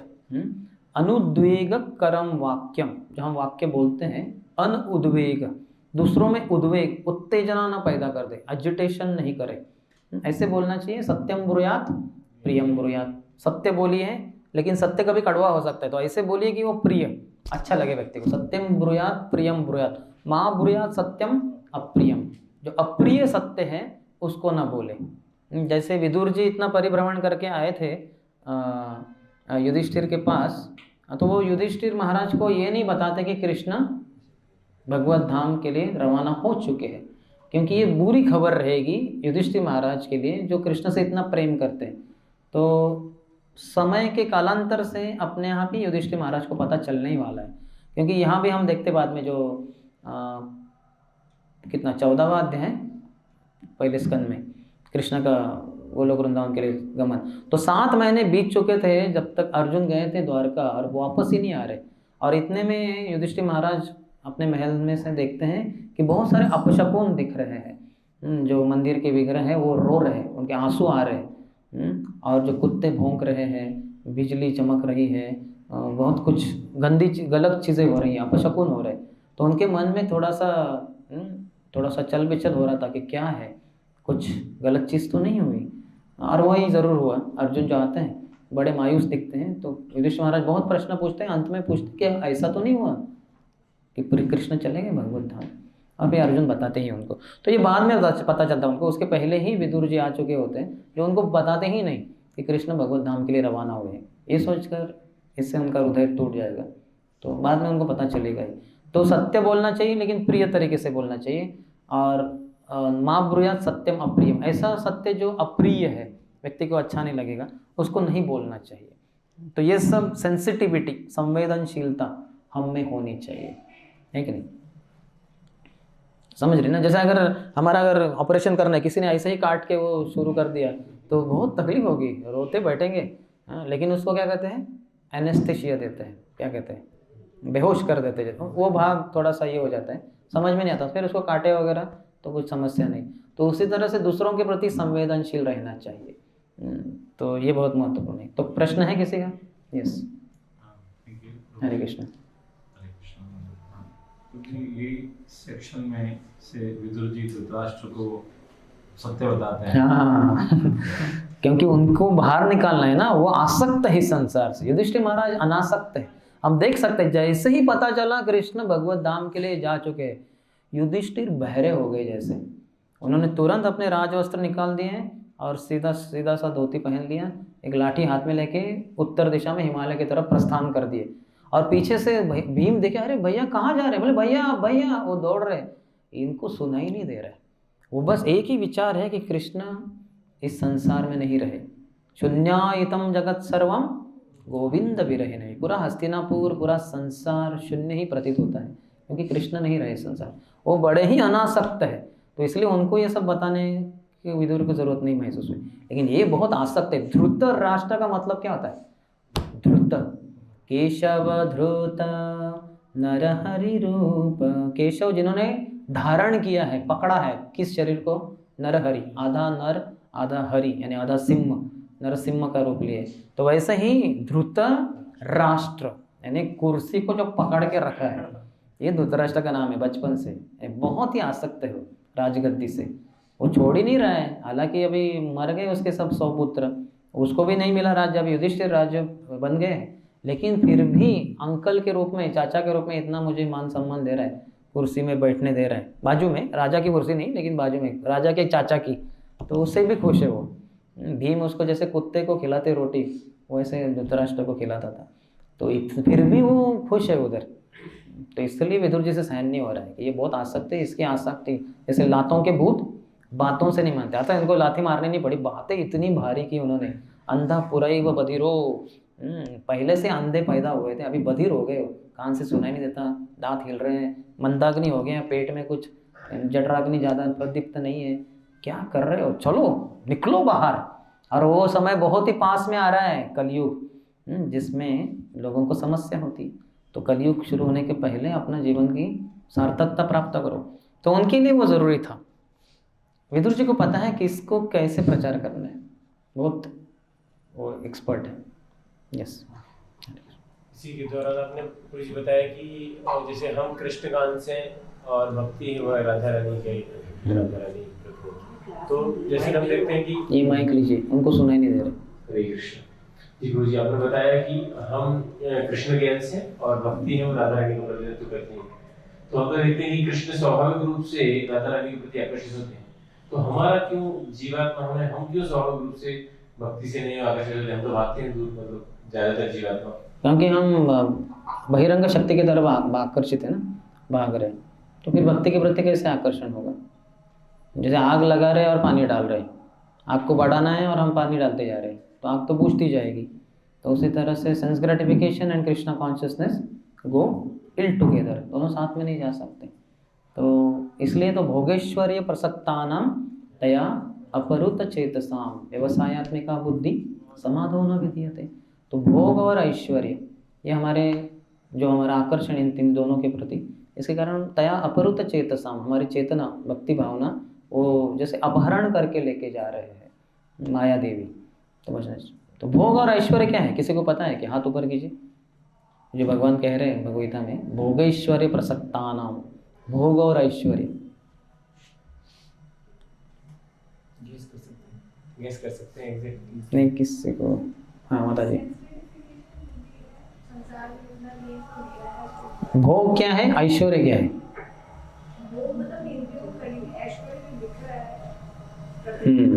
यस, भोग यानी जैसे बहुत सारे अमीर लोग रहते हैं, उनका ऐश्वर्य बहुत होता है। तो पार्टी देंगे, गुलाब जामुन सबको खिलाएंगे, लेकिन उसको डायबिटीज है, वो भोग नहीं कर पाता। ऐश्वर्य बहुत है, सबको खिलाए, वो खुद खा नहीं पा रहा है। और उसके जो नौकर है घर में, पार्टी का बाद में वाइंड अप करते हैं, वो खुद खा जाएंगे सब गुलाब जामुन, बेचारा वो मालिक खा नहीं पाता। तो उसके पास ऐश्वर्य है, भोग नहीं कर पाता। और ये जो गरीब लोग हैं वो भोग कर रहे हैं, ऐश्वर्य नहीं है उनके पास। हर तत् हो सकता है कि किसी व्यक्ति के पास भोग भी है ऐश्वर्य दोनों भी है, तो ऐसे भोग और ऐश्वर्य दो चीज़ें हैं। तो इससे जो आसक्त है वो भक्ति में प्रगति नहीं कर पाता। ठीक है, was it your question? Yes. और कोई? यस।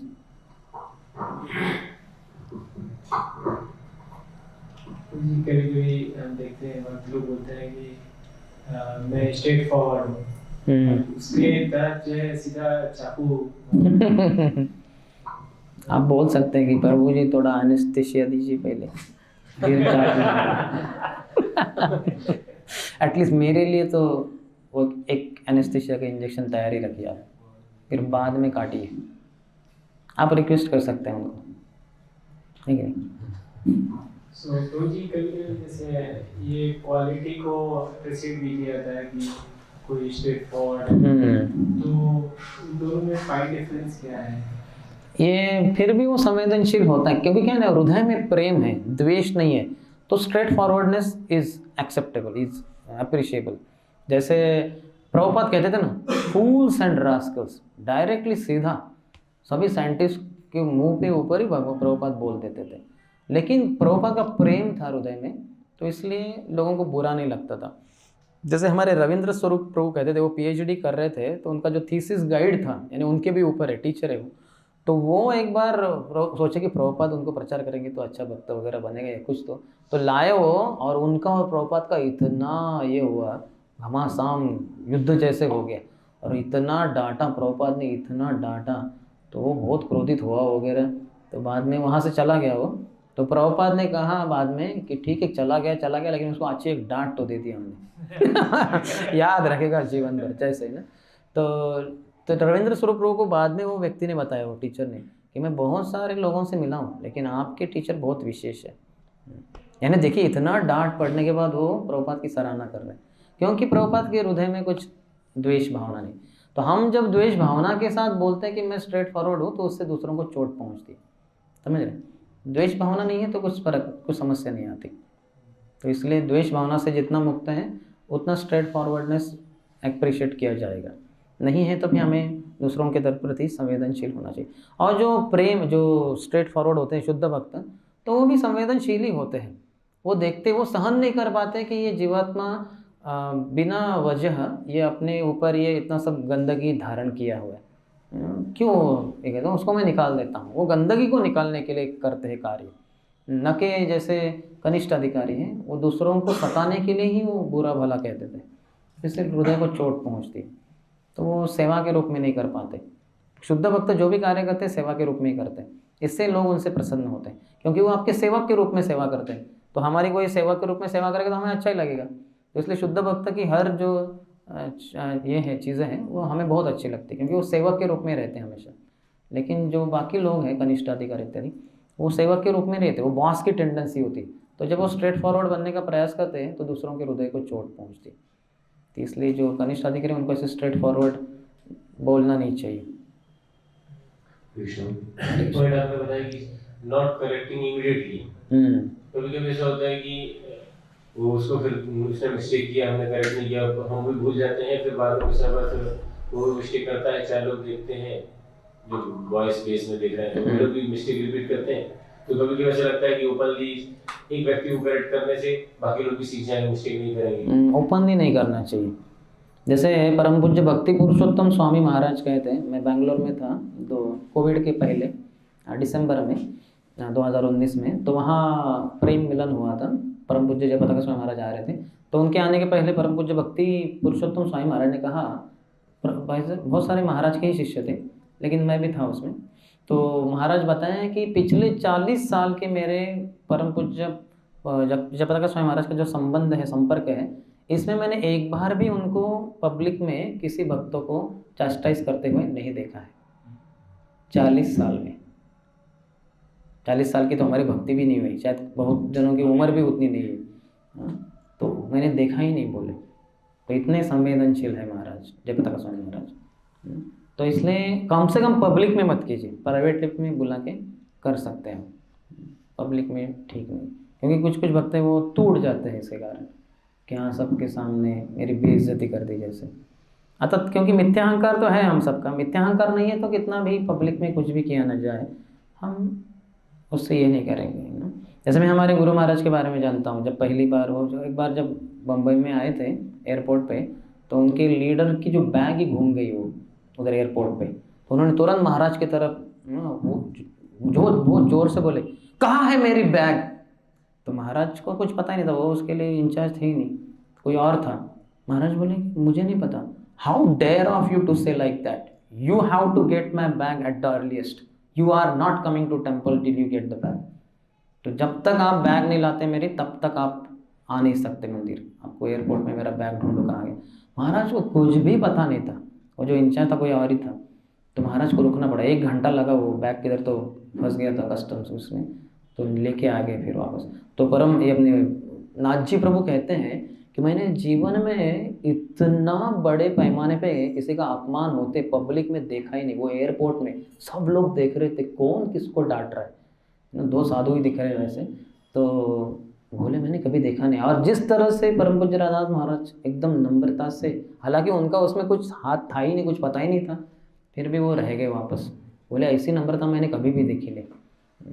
तो जिनका मिथ्याहंकार नहीं है उनको ऐसा चोट नहीं पहुंचती, अर्थात चोट पहुंचती है इसमें आध्यात्मिक स्तर पर, लेकिन वैसे नहीं जैसे हम लोगों को पहुंचती। लेकिन हमें पता होना चाहिए जिन भक्तों के साथ हम वार्तालाप व्यवहार कर रहे हैं वो तो शुद्ध भक्त नहीं है, तो इसलिए ऐसा नहीं कार्य करना चाहिए। ठीक, और कोई? यस।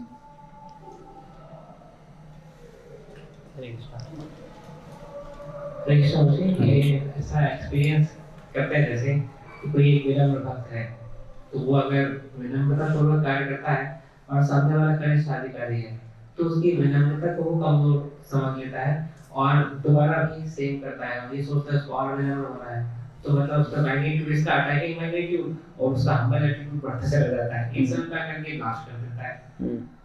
तो लाइक हाउ टू तो नम्र बन रहे तो अच्छा ही है। अब भगवान उसको भी सजा दे देंगे जो उनको नम्र बनाने के लिए प्रयत्न कर रहे हैं, नहीं कि नहीं? जो ये भक्त नम्र बनते जा रहे हैं उनके लिए अच्छा ही है, और भगवान की योजना से ही वो देख रहे हैं ना। तत्य अनुकंपाम सुषमीक्षमाणो भुंजान एव आत्मकृतम विपाकम। भगवान मुझे ये कर रहे हैं, तो जो भक्ति में जो प्रगति कर रहे हैं नम्र भक्तों बहुत प्रगति करते ही रहेंगे। और ऐसे जो भक्त हैं, ऐसे नम्र भक्तों को तकलीफ देने वाले, उनको भगवान देख लेंगे एक बार। भगवान की आंखों को धूल नहीं कोई फेंक सकता, भगवान देख रहे हैं। अर्थात हम उसमें अधिकारी वगैरह हैं तो हम उसको जरूर करेक्ट कर सकते हैं, लेकिन अन्यथा भगवान देख ही लेते हैं। ठीक, तो इसमें दूसरा पॉइंट है गुड कम्युनिकेशन। इसके अंतर्गत कुछ पॉइंट है, जैसे ये कम्युनिकेशन क्रिएट्स कम्युनियन, यानी spiritual fellowship in a community. अगर हम अच्छे कम्युनिकेशन करेंगे भक्तों के समाज में अच्छे से, तो फिर हमारा मैत्री भक्तों के साथ अच्छा बढ़ेगा। कम्युनिटी के लिए वो बहुत स्ट्रेंथ देता है भक्तों के समाज में। अगर कम्युनिकेशन अच्छा है तो बहुत मदद करता है। तो जो कम्युनिस्ट करके जो शब्द है उसका मतलब होता है समथिंग इन कॉमन, एक चीज़ समान होना। और हम सब के लिए कृष्णा एक फैक्टर है जो हम सब के लिए समान है, सभी के हमारे ईश्वर कृष्ण ही है, तो वो कम्युनिकेशन है। दूसरा है it is important because it creates and sustains a community. अच्छे कम्युनिकेशन से, कम्युनिकेशन के लिए शब्द हमारा आ नहीं रहे ना, संचार, ओके, संचार शायद, जैसे वो है ना भारत निगम संचार, BSNL, भारत निगम संचार, भारत संचार निगम लिमिटेड, हाँ, तो क्या है इंग्लिश में BSNL, उसमें नहीं आता कम्युनिकेशन। ठीक है, संचार शायद आप समझ रहे, मेरे जो चीज़ें दूसरों तक पहुंचाना, यानी शरीर से नहीं वार्तालाप से इत्यादि, तो उसको कम्युनिकेशन कहते हैं। तो इसके द्वारा समाज जो है भक्तों का समाज बहुत अच्छा बनता है। कम्युनिकेशन करना चाहिए, नहीं तो आपने कितने जनों ने सोचा होगा, अब देखा होगा आपने ऐसे भक्तों के बीच में, अरे प्रभु जी आपने वो किया नहीं, अरे प्रभु जी मुझे लगा आप कर देंगे मैंने सोचा आपने कर दिया होगा। आपने कितने जनों ने ऐसा सब वार्तालाप सुना है भक्तों के बीच में? बहुत बार होता है।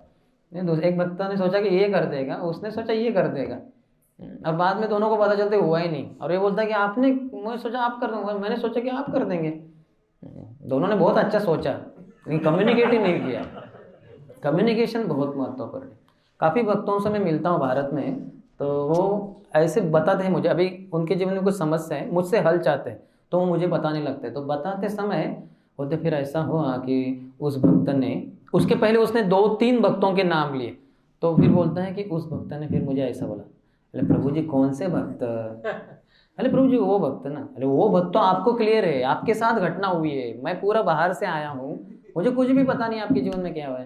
तो ये उस भक्त, नाउ प्रोनाउंस कहते हैं उसको इंग्लिश में, सर्वनाम कहते हैं, नाम सर्वनाम, वो तो वो नहीं चलेगा, मुझे नाम बताओ कि ये भक्त है ना। जैसे और कभी कभी वो राधे श्याम प्रभु है ना, राधे श्याम प्रभु का भी नाम लेंगे वगैरह, तो जैसे ऐसे लगेगा कि राधे श्याम प्रभु ने कुछ गलती कर दी क्योंकि वो बता ही नहीं रहा है कि वो कौन बताओ ना, नाम बताओ। तो उसको लगता है कि वो घटना उसके साथ, समझ रहे ना आप मैं क्या बता रहा हूँ, आपके साथ घटना हुई है तो आपको पता है कौन आपके मन में कि उन्होंने ऐसा कहा हमसे, लेकिन वो उन्होंने इसको कैसे पता चलेगा, है कि नहीं। तो इसलिए कम्युनिकेशन बहुत अच्छा होना चाहिए, फिर उसके द्वारा जो समाज है भक्तों का अच्छा बनता है। और फिर है basis of all social interaction, जो समाज में हमारे जो वार्तालाप एक दूसरे के साथ इंटरेक्शंस जो है, संपर्क, ये इसका फाउंडेशन कम्युनिकेशन है। कम्युनिकेशन बहुत ही महत्वपूर्ण है। जैसे हम जानते हैं प्रभुपाद का जो जुहू लैंड का भी, उन्होंने प्रभुपाद के साथ कम्युनिकेट किया ही नहीं। हाँ, वो और वक्ता और उनके लीडर ने आके सोचा कि नहीं ये बहुत ही मुश्किल है, हमारे पसीने छूट रहे हैं, तो ये कैंसिल ही कर देते हैं हम। और उन्होंने प्रभुपाद को पूछे बिना ही कैंसिल कर दिया, और प्रभुपाद को इन्फॉर्म किया कि हमने कैंसिल कर दिया वो डील मिस्टर एन के साथ। प्रभुपाद बोले देन एवरीथिंग इज फिनिश्ड, सब कुछ अंत हो गया। फिर आपने ऐसा कैसे किया? अर्थात वो समय तो कर दिया था उन्होंने, तो प्रभुपाद खुद आ गए तुरंत जुहू में, और फिर प्रभुपाद ने ऐसा कदम उठाए जो उनके शिष्यों ने कभी सोच भी नहीं सकते। सब लाइफ मेंबर्स को बुलाया, ऐसा संग्राम कर दिया, बस मिस्टर एन के तो पसीने छूट गए पूरे, और उसको शरीर त्यागना पड़ा। तो प्रभुपाद ने उस स्थिति को संभाला, लेकिन प्रभुपाद को कम्युनिकेट किया ही नहीं उन्होंने कि ऐसा करने जा रहे हैं। ये बताना बहुत इम्पॉर्टेंट है कि उन्होंने आपको एक विजन दिया है, आप उसको बदल रहे हैं, उसके विपरीत करने जा रहे हैं, उसको कैंसिल ही कर रहे हैं, तो उस व्यक्ति को बताना चाहिए ना। ऐसे कैसे बिना बताए कर सकते हैं कुछ? तो कम्युनिकेशन बहुत ही महत्वपूर्ण है। इसके कारण बहुत गलतफहमियां होती भक्तों के बीच में, तो वो टालने के लिए वो बहुत ही महत्वपूर्ण है। और फिर और चौथा है ऑनेस्ट कम्युनिकेशन अचीव्स मिरेकल्स। बहुत अच्छे से, नम्रता से, प्रामाणिकता से अगर हम कम्युनिकेट कर दें तो फिर बहुत अच्छे लाभ प्राप्त होंगे। जैसे मैजिक ही हो जाएगा, मिरेकल्स हो जाएंगे, जादू जैसे हो जाएगी।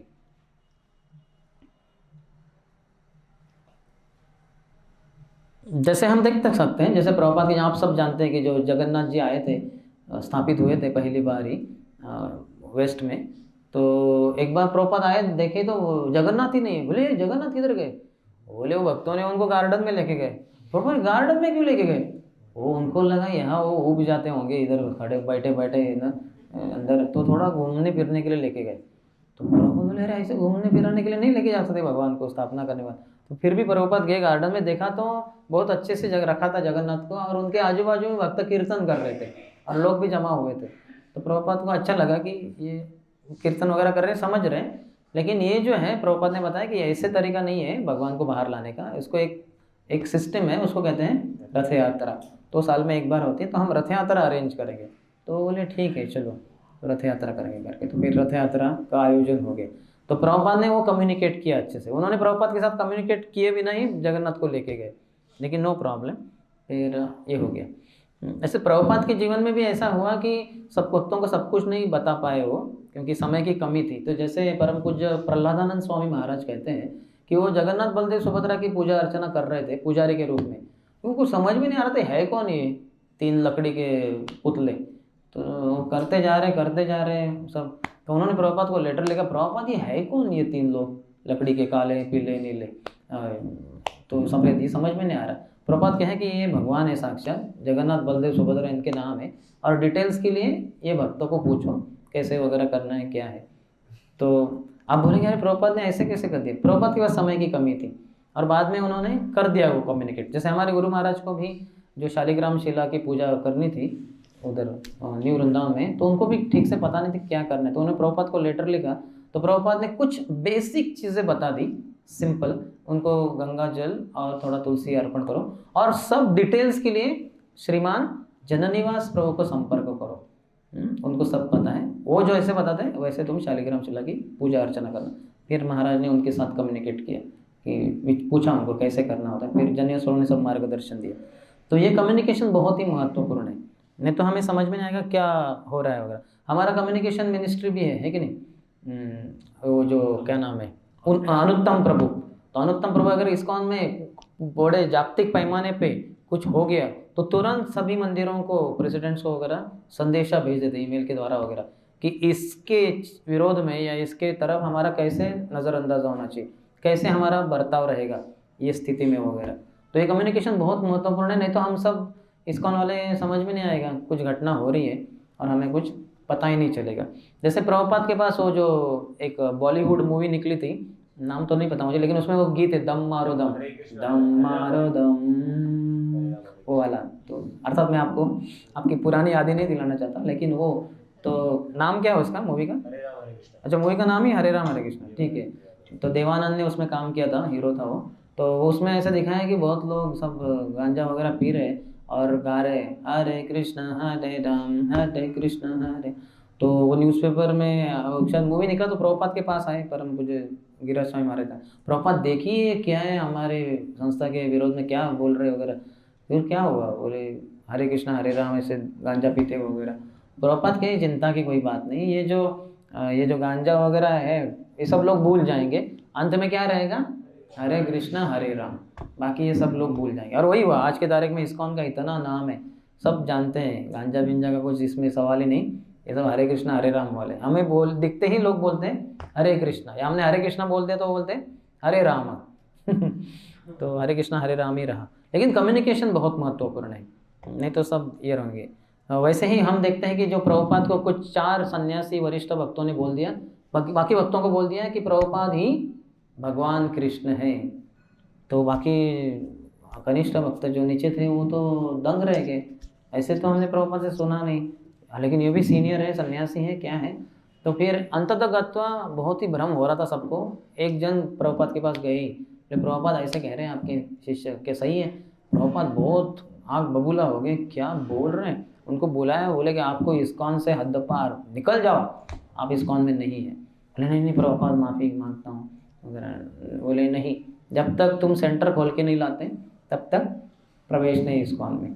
तो बेचारे गए और कुछ खोला एक सेंटर इस्कॉन का। वैसे तो 12 साल में 108 मंदिर हुए ना, इतना आसान थोड़ा ही है, तो प्रभुपाद ने करवा दिया वो। तो कम्युनिकेशन बहुत महत्वपूर्ण है, कुछ भी चीज़ हमें, जैसे हम जो इस्कॉन में हम 10-15 जन थे इस्कॉन पुणे में, जब 2000 की बात है वगैरह, तो हम सब लीडर्स थे, अलग अलग डिपार्टमेंट, किचन डिपार्टमेंट के वंशीवर्धन प्रभु थे, फिर कांग्रीगेशन प्रीचिंग के मुरारी प्रभु थे, फिर बाल गोविंद प्रभु किसी इसके मैं था यूथ प्रीचिंग में, अलग अलग हमारी सेवा थे। और हम सब इस्कॉन पुणे का मैनेजमेंट देखते थे, राधेश्याम प्रभु प्रेसिडेंट के अंतर्गत।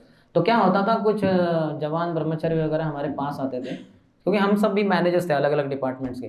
तो हम में से किसी के पास आए, समझे टेम्पल के मैनेजर के पास आए, बोले प्रभु जी वो आज शाम के वो प्रोग्राम के लिए मुझे गाड़ी मिल सकता है क्या? नहीं वो गाड़ी है वो नहीं, आज खाली नहीं है तो नहीं मिल सकता वगैरह है ना। तो ऐसे हम नाव वगैरह ऐसे बोलते, क्योंकि हम सब मैनेजर्स थे ना, हमारे हाथ में सब अधिकार थे। तो क्या हुआ, वो भक्त फिर उसको अच्छा नहीं लगा कि अरे गाड़ी नहीं दे रही है, कारण क्या है बता नहीं रहे वगैरह। तो फिर वो राधेश्याम प्रभु के पास गए, बोले प्रभु जी ऐसा है कि मैनेजर ने कहा गाड़ी नहीं मिलेगी वगैरह। तो फिर राधेश्याम प्रभु ने वो मैनेजर को बुलाया, बोले क्या है, क्यों नहीं गाड़ी दे रहे हो? तो फिर उन्होंने बताया कि नहीं प्रभु जी वो गाड़ी ना वो उस भक्त के लिए वगैरह ऐसा कुछ। तो राधेश्याम प्रभु के हैं नहीं, वो ठीक है वो स्थिति है, लेकिन तुमने ना कैसे बोला? तो राधेश्याम प्रभु ने हम सबको एक स्टैंडर्ड रूल बताया कि never say no, always ask me.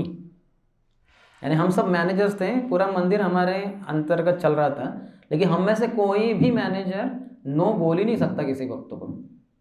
हाँ बोल सकते हैं, कोई उन्होंने मांगी सुविधा हम हाँ बोल सकते हैं, हाँ दे देंगे, लेकिन जब ना बोल रहे हैं हम, ना बोल ही नहीं सकते हम। तो जब भी ना बोलना है तो उनको अच्छा ठीक है थोड़ा 5 मिनट के बाद बताता हूँ। तब तक हमें राधेश्याम प्रभु के पास जाना पड़ता था, प्रभु जी ऐसा है वो गाड़ी उस चीज़ के लिए वहाँ भेजना है और ये भक्तों को जाना है। फिर राधेश्याम प्रभु बता देते ठीक है उसको पैसे दे दो वो रिक्शा से जाएगा या जो भी है। यानी हम ना बोल ही नहीं सकते थे, पूरा कंट्रोल राधेश्याम प्रभु ने अपने पास रखा था और कम्युनिकेशन इससे बहुत अच्छा हो गया उनके साथ हमारा। और हम जो हो सकता है क्योंकि हम मैनेजर है ना, तो मैनेजर सर में घुस जाता है कि मैं चलाता हूँ डिपार्टमेंट को, तो राधेश्याम प्रभु ने हमारे गर्व को खंडित कर दिया ये बोलकर कि कभी भी आप ना बोल नहीं सकते किसी भी भक्तों को, कांग्रेगेशन हो, ब्रह्मचारी हो, जवान हो, किसी को भी नहीं बोल सकते। ना नहीं बोलने का, हमेशा मुझे पूछने का। तो इसके द्वारा हमारा कम्युनिकेशन बहुत अच्छा बढ़ गया और फिर हम भी धीरे धीरे सीख गए कि ठीक है गाड़ी उपलब्ध नहीं है तो भी कुछ किया जा सकता है, उसको ना नहीं बोलना है। हम सब सेवक हैं मैनेजर के रूप में, तो ठीक है उसको पैसे दे दो, रिक्शा से चला जाएगा वो, या कुछ और अल्टरनेटिव बताओ। 2 व्हीलर में कोई ब्रह्मचारी जा रहा है उसके साथ वो आपको पता होता है, मैनेजर्स को पता होता है कौन किधर क्या जा रहे हैं, तो वो कर सकते हैं वगैरह। तो ऐसे कम्युनिकेशन बहुत ही महत्वपूर्ण है। तो honest communication achieves miracles and without it best philosophy can not help build a lasting community. अगर अच्छा कम्युनिकेशन नहीं कर रहे हैं हम एक दूसरे के साथ, तो कितना भी अच्छा तत्वज्ञान क्यों ना हो, लेकिन एक भक्त समाज अच्छे से खड़ा नहीं हो सकता, यानी अच्छे से वो प्रगति नहीं कर सकता। हम फिलॉसफी तो बहुत अच्छी होती है हमारी, लेकिन कम्युनिकेशन बहुत ही महत्वपूर्ण है। हमारे गुरु महाराज कहते हैं कि बहुत सारे मायावादी हैं जो मायावाद तत्वज्ञान बोलते हैं, और हम तो प्रभुपाद के फॉलोअर निर्विशेष शून्यवादी पाश्चात्य देश तारिणी, मायावाद की हम तो धज्जियाँ उड़ा देंगे। चैतन्य महाप्रभु खुद कहे मायावादी भाष्य सुनी ले हय सर्वनाश, मायावादी भाष्य सुनने से सर्वनाश हो जाएगा। मायावादी कृष्ण अपराधी, कृष्ण का अपराधी है। तो हम मायावाद का बहुत खंडन करते हैं, और निर्विशेषवाद का। और मायावादी लोग मायावादी तत्वज्ञान बोलते हैं, लेकिन उनके आप मंदिर आश्रम मठ जाएंगे तो वो दरवाजे तक आएंगे गेट को, और आपको इतना पर्सनली वेलकम करेंगे, आइए और लेके जाएंगे आपके ऑफिस में, उनके ऑफिस में बिठाएंगे, पानी देंगे, बोलेंगे क्या शरबत दे वगैरह, बहुत पर्सनल केयर देंगे। और हम लोग इतना बोलते हैं निर्विशेष का, इतना खंडन करते हैं, लेकिन हम एक दूसरे के साथ बहुत ही इम्पर्सनली डील करते हैं। निर्विशेष जैसे वो भक्त आया वो जाने तक, तो हमारा इतना प्रेम का संबंध नहीं जितना मायावादियों का है। उनका तत्वज्ञान निर्विशेष का है, राधानंद महाराज जी कहते हैं, लेकिन डीलिंग्स बहुत ही पर्सनल है। हमारा तत्वज्ञान इम्पर्सनल उनको खंडन करना है, लेकिन डीलिंग्स हमारे बहुत इम्पर्सनल है। तो ये कमी है हमें।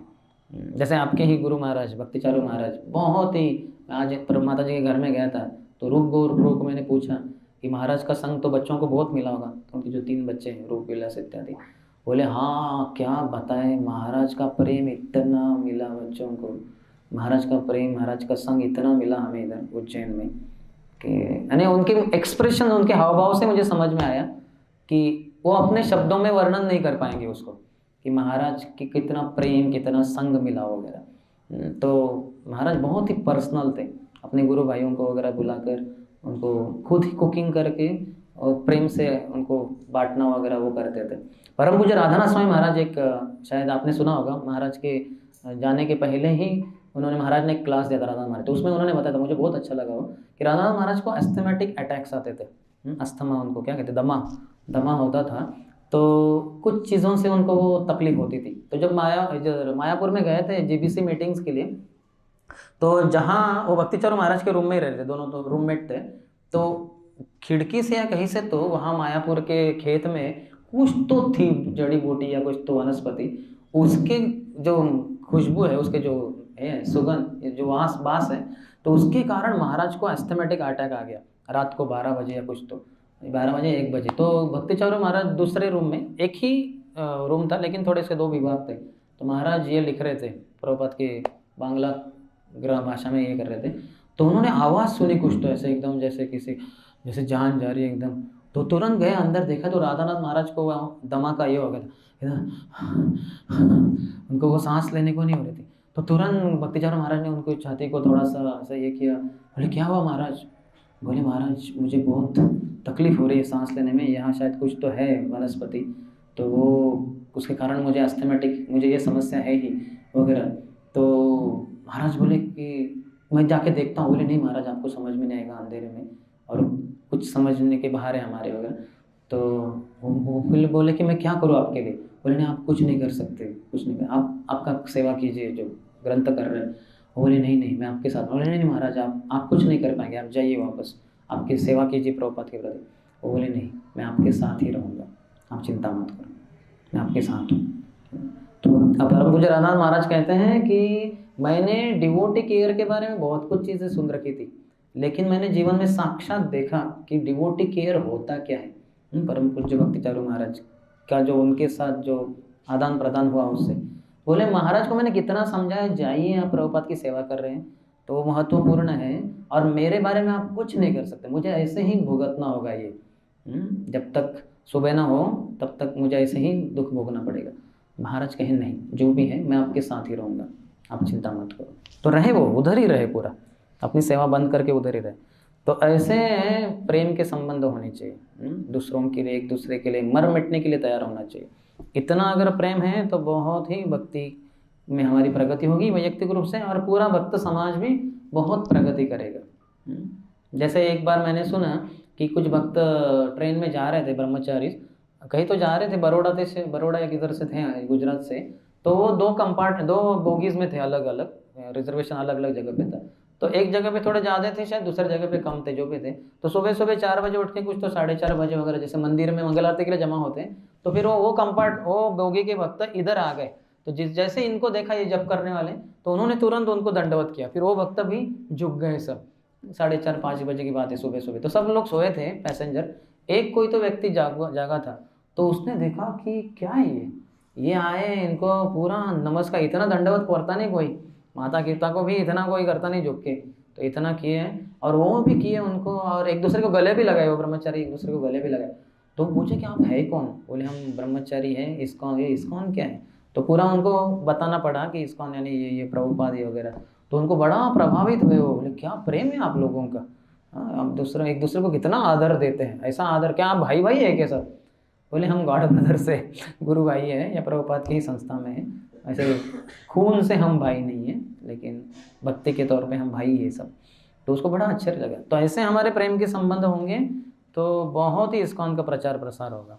तो इसलिए हमें अच्छा कम्युनिकेशन करना चाहिए एक दूसरों के साथ। ठीक है, और कोई प्रश्न?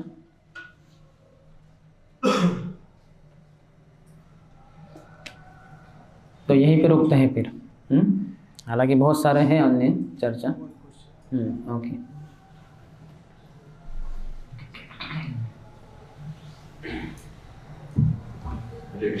हरे कृष्ण। कुछ समय पहले मैं एक गौरांग का प्रवचन सुन रहा था, तो उसमें प्रभु जी बता रहे थे कि आइडियल वैष्णव कम्युनिटी जो होती है तो वो फोकस होती है ट्रेनिंग पर, प्रशिक्षण पर आधारित होती है, जिसमें कि सारे भक्तों का जो आदर्श है वो श्रील प्रभुपाद की पुस्तकों के आधार पर रहता है। पर जैसा कि हम देखते हैं कि श्रील प्रभुपाद ने जब अपने शिष्यों को प्रशिक्षण दिया और जब उन्होंने प्रचार किया तो बहुत सारी चीजें आपदा में हुई, इमरजेंसी में हुई। उसके बावजूद श्रील प्रभुपाद के शिष्यों ने मतलब उनके ग्रंथों को अपना आदर्श बनाते हुए वो हर प्रिंसिपल में आइडियल हो गए। पर अभी हम इतने समय में भक्तों के पास सारी सुविधा होने के बावजूद भी हम उस स्टैंडर्ड पर पहुंचना ही हमारे लिए असंभव है, even though there is so much training and all that. तो मतलब इसमें फिर मेरे दो प्रश्न है कि कैसे भक्त समुदाय में ऐसा ट्रेनिंग सेंटर्ड कम्युनिटी बनाई जा सकती है, और फिर प्रभुपाद के शिष्यों जैसा कि मतलब इमरजेंसी सिचुएशन में भी उनका आदर्श मतलब उन्होंने स्थापित प्रभुपाद की पुस्तकों के आधार पर की। तो उस पर हाँ, तो हमारे जैसे अभी हम ये भी एक सेमिनार है, ये भी ट्रेनिंग है, और ये भी प्रभुपाद की किताबों के आधार ही है, एकदम प्रत्यक्ष रूप से नहीं है, लेकिन उधर से ही टीचिंग्स निकाल के कुछ भक्तों ने जो किए हैं पॉइंट्स प्रेजेंट, तो उसको ही हम दोहरा रहे हैं। और दूसरे हैं जैसे भक्ति वैभव है, भक्ति शास्त्री, भक्ति सार्वभौम इत्यादि, तो ये कोर्सेस है, ये प्रभुपाद की किताबों के ऊपर ही आधारित है। तो उसमें से प्रभुपाद के तात्पर्य हम प्रत्यक्ष रूप से चर्चा करते हैं, और उसमें प्रभुपाद कैसे, प्रभुपाद का मूड एंड मिशन, फिर उसके लिए प्रभुपाद के भक्तों के साथ जो वार्तालाप वगैरह हुए, जो प्रेम में संबंध वगैरह, तो उसके द्वारा हम उस पॉइंट को अच्छे से समझते हैं। और ध्यानपूर्वक जप करना होगा, तब जाके हम ये सब पॉइंट्स अपने जीवन में लागू कर पाएंगे। और उसके लिए थोड़ा समय भी लगेगा। उसमें तब तक हमें कुछ घटनाओं से गुजरना भी पड़ेगा। हमारे एक दूसरे के साथ जो संबंध शायद इतने ठीक ना हो। प्रभुपाद के भी शिष्यों ने ये कहे हैं, जैसे मैं हमारे गुरु महाराज से भी सुना हूँ कि उनका एक भक्त के साथ जैसे जमता नहीं था, फिर उन्होंने महाराज ने फिर दोनों ने एक साथ आके बात की कि प्रभुपाद के लिए हमें कोऑपरेशन करना चाहिए, फिर इतने अच्छे मित्र बने वो वगैरह वगैरह। तो महाराज वो भी बताते हैं। वैसे ही मैं हिज ग्रेस शंकरशन दास अधिकारी प्रभु से सुना हूँ, वो कहे कि मुझे भी किसी मेरे गुरु भाई ने डांटा तो मुझे बहुत बुरा लगा था वगैरह, लेकिन फिर भी उनके संबंध बाद में अच्छे हुए इत्यादि। तो ये नोक झोंक थोड़ी होती रहेगी, लेकिन क्योंकि वो बहुत ही परिपक्व हो गए हैं, प्रभुपाद की बहुत सेवा की, प्रभुपाद की किताबों को पढ़ते जा रहे हैं, तो इसलिए वो अभी परिपक्वता उनमें आ गई। वैसे हम में भी आएगी, कालांतर में हो जाएगा। इसके लिए कुछ प्रिंसिपल जो है बेसिक फाउंडेशनल वो हमें ध्यान रखने, जैसे जब ध्यान से करना है, प्रभुपाद की किताब रोज़ पढ़नी है, भक्तों के संग में आके संकीर्तन करना, सेवा करना, वैष्णव एटिकेट आचार संहिता का पालन, ये सब करेंगे तो धीरे धीरे हम भी उस स्तर पे आ जाएंगे। समय लगेगा लेकिन ज़रूर हो जाएगा। ओके,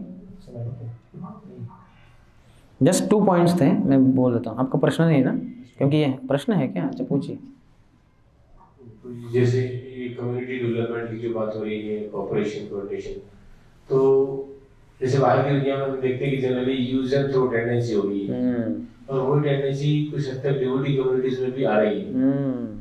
तो हम देखते हैं कि प्रेजेंटेशन में मिस्टेक्स तो हम समझ लेते हैं, एक्सेप्ट भी कर लेते हैं, लेकिन जब हम समझ जाते हैं कि सामने वाले के इंटेंशंस में मिस्टेक्स है, तो फिर कोऑर्डिनेशन कोऑपरेशन बहुत डिफिकल्ट हो जाता है। उसके लिए क्या किया जाए? उसके लिए जो लीडर्स होते हैं उनकी जिम्मेदारी है, वो कैसे ढालते हैं बाकियों को, कैसे ट्रेनिंग देते हैं, उसके ऊपर है। वो एक लीडर के कारण एक कम्युनिटी फ्लरिश हो जाता है। हालांकि कुछ उनके अंतर्गत हो सकता है थोड़े से गैर व्यवहार कर रहे हो या उतने मैच्योर ना हो, उनके इंटेंशंस ठीक ना हो, लेकिन ऊपर वाले जो भक्त होते हैं, तो ऐसे भक्तों ने जो उनके नीचे वाले जो लीडर्स हैं उनको ट्रेनिंग देना चाहिए। जैसे मैंने पूना में बताया, राधेश्याम प्रभु ने, हमने कहा हम सब मैनेजर्स थे, लेकिन हमारा कैसे पकड़ के रखा था उन्होंने, हमें गलत दिशा में जाने नहीं दिया। हम सब हमारे मैनेजर अधिकार का गलत उपयोग करके भक्तों के ऊपर जैसे सत्ता जमाना ऐसे कर सकते थे, लेकिन राधेश्याम प्रभु ने वो होने नहीं दिया। तो हम सबको उन्होंने अच्छे से ट्रेनिंग दिया, तो फिर उसके कारण आगे अच्छे से भक्त समाज में प्रगति हो गई। तो ये सब ट्रेनिंग की बात है, ये देना होगा ऊपर वाले भक्तों को। इसलिए जो नंबर्स वगैरह के ऊपर जो जोर दिया जा रहा है, उससे अच्छा क्वालिटी के ऊपर भी थोड़ा सा जोर दे तो अच्छा है। नहीं तो क्वांटिटी के लिए हम बहुत कुछ इधर उधर कर देंगे, फिर भक्तों के हृदय टूट जाते हैं। तो लेकिन फिर भी हमें अपनी तरफ से थोड़ा सा परिपक्व होना चाहिए, ये समझ कर कि ये सब होता है, हम सब कनिष्ठ अधिकारी हैं, तो गलतियाँ होती है सबसे, तो हमें मैच्योर होना चाहिए। जैसे कहते हैं ना, you be the change which you expect in others. आप वो बदल अपने आप में लाइए जो दूसरों में आप जानना चाहते हैं कि आए, तो हमें वो बदल लाना होगा, हमें मैच्योरली डील करना होगा। प्रभुपाद के शिष्यों ने भी ये किया है, इसके कारण उस टिके रहे वगैरह, और दूसरों में भी वो बदल ला पाए। ठीक, तो ये गुड कम्युनिकेशन के इन्होंने 2 पॉइंट बताए हैं, उसके साथ अंत करेंगे। तो एस्पेक्ट्स ऑफ गुड कम्युनिकेशन, पहला है it must be 2 way, it gives strength. तो दोनों तरफ से कम्युनिकेशन होना चाहिए। मैं बताऊंगे अपने इसकी बात, आपको भी बताना है कि मैं बता दूंगा कि प्रभु मैं चाहता हूं कि आप ये सेवा कीजिए दोपहर के 2 बजे सर्विंग सबको। तो अगर आपके मन में कुछ है शंका, आपको कुछ और है उस समय, तो बताना चाहिए कि प्रभु मैं करूँगा, लेकिन थोड़ा डाउट आ रहा है कि मेरे शायद ये परिवार वाले आ रहे, ये आ रहे, शायद मैं उनकी तरफ ध्यान देते हुए ये ना रह जाए। तो ये बता देंगे तो व्यक्ति को समझ में आएगा कि ये करने को तैयार है, लेकिन अगर वो आ गए तो शायद नहीं कर पाएंगे। तो दूसरा कोई तो स्टैंड बाय, क्या कहते हैं उसको, तैयार रखता हूँ मैं। और else it leads to dissatisfaction and rebellion. ऐसा नहीं करेंगे, दोनों तरफ से कुछ छुपा के रखेंगे हम, तो समस्या हो जाएगी। We learn because everyone has something to offer. इससे हम समझ सकते हैं कि हम भी सीखते हैं कि हर कोई किसी कुछ चीज़ को ऑफर करने के लिए तैयार है। दूसरा है लिसनिंग इज़ क्रूशियल। ये कम्युनिकेशन में सुनना भी बहुत महत्वपूर्ण है। तो जो सुनते हैं वो नॉन जजमेंटल होना चाहिए। ये सब इंग्लिश शब्द हैं, इनको हिंदी शब्द तो मुझे नहीं पता, थोड़ा हाँ, निरपेक्ष।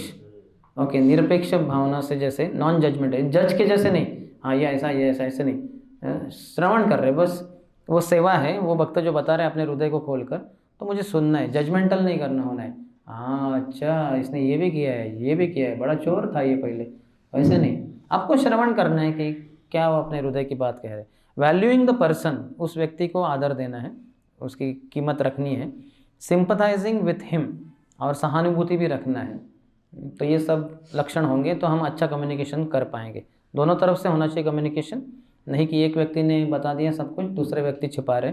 और श्रवण ठीक से करना चाहिए, लिसनिंग, व्यक्ति क्या बोल रहा है। इसलिए वो आपने सुना होगा, अगर कोर्सेज करते हैं हमारे इस्कॉन के, तो उसमें वो सोल होता है ना, तो क्या सिटिंग स्ट्रेट, ओ यानी एल यानी लीनिंग फॉरवर्ड, ई यानी आई कांटेक्ट, है ना, ओ भी है कुछ तो याद नहीं आ रहा मुझे। तो ऐसे कैसे श्रवण करना है, कोई वक्ता अपना बता रहे कुछ तो कम्युनिकेशन कर रहे हैं, तो हमें कैसे उसको सुनना है वगैरह। ठीक है, तो यहीं पे विराम देते हैं। ओके, प्रभु का प्रश्न। आपने बताया कम्युनिकेशन दोनों तरफ से, हाँ लिसनर जो है उसकी भी, और जो बता रहे हैं। तो अकेले जैसे अभी तक अपन जितने पॉइंट बताए डिस्कस किया, अपन ने सब यही बताया कि अपना जो मेन रिस्पांसिबिलिटी है उसके बारे में चर्चा की। सामने वाला जो रिसीवर है उसकी भी 50% उसकी है तो उसमें, हाँ उनको भी श्रवण करना है ना ध्यान से। आपका प्रश्न नहीं, कमेंट है सिर्फ। हाँ ठीक है, ये मैंने कम्युनिकेट किया ठीक से, यानी आपका क्या कम्युनिकेशन है मुझे समझा नहीं, तो इसलिए हमने उचित समझा। Yes, Hare Krishna. Rosie, I want to confirm my understanding which you have told. तो आप सही गलत बता सकते हैं कि बहुत बार कोऑपरेशन जो आप बता रहे हैं करते हैं, तो कई बार क्या होता है, we are in a group of devotees are doing some specific service. तो अभी उसमें एक या मतलब मान लीजिए 3 भक्त हैं, तो 2 कुछ अपने प्रकार से करें जो कि हो सकता है सही ना हो, पता है आगे जाके कुछ होने नहीं वाला है। So what is the correct understanding for the third person? अभी जैसा भी चलता जा रहा है, क्या उसमें वो सेवा उनके साथ जारी रखे? क्योंकि कभी-कभी क्या है, क्विटिंग मेंटालिटी होती है, क्योंकि पता है हमें उनसे कुछ उम्मीद नहीं ज़्यादा कि करने नहीं वाले, खराब ही होगा सब, तो जाने दो, हम हमारा चैंटिंग करते हैं, बुक रीडिंग करते हैं और भाड़ में जाना तो कुछ भी करते हैं।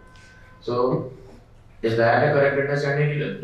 Let us be inactive and not do things, or better is to cooperate and आगे हम चलते रहें, फिर कुछ समय ऐसा आएगा कि फिर हम भी कुछ कंट्रीब्यूशन कर सकते हैं, वो चीज़ आगे हम सुधारने की अपेक्षा कर सकते हैं। तो दोनों में से ये सिचुएशन के ऊपर डिपेंड करता है कि क्या है, लेकिन दोनों स्थिति में कुछ भी सिचुएशन हो, लेकिन एक चीज़ हम कर सकते हैं कि कम्युनिकेशन ठीक करें, सबको साथ में ला सकते हैं। आप लीड ले सकते हैं, जो एक पार्टी के दूसरे पार्टी के, आप तो खुद भी समझ नहीं पा रहे किधर क्या करूँ, तो सबको साथ में ला सकते हैं। जो 3-4 ही वक्त है, ऐसा कुछ 40-50 100-200 नहीं है, उनको साथ में ला सकते हैं और पूरा हृदय खोलकर चर्चा कर सकते हैं हम कि प्रभु हम बुक डिस्ट्रीब्यूशन तो करना चाहते हैं, लेकिन आप बोल रहे हैं कि बस पार्टी में जाएंगे, ये बोलेंगे बुक टेबल रखेंगे इधर, कोई बोल रहा है इधर जाएंगे, तो हमें एक कोई तो डिसीजन लेना चाहिए। हम एक ही टीम मेंबर से, एक ही टीम के मेंबर से, तो आप बताइए क्या है, सब यहाँ खुल्लम खुल्ला बता दीजिए, कुछ छुपाने की ज़रूरत नहीं।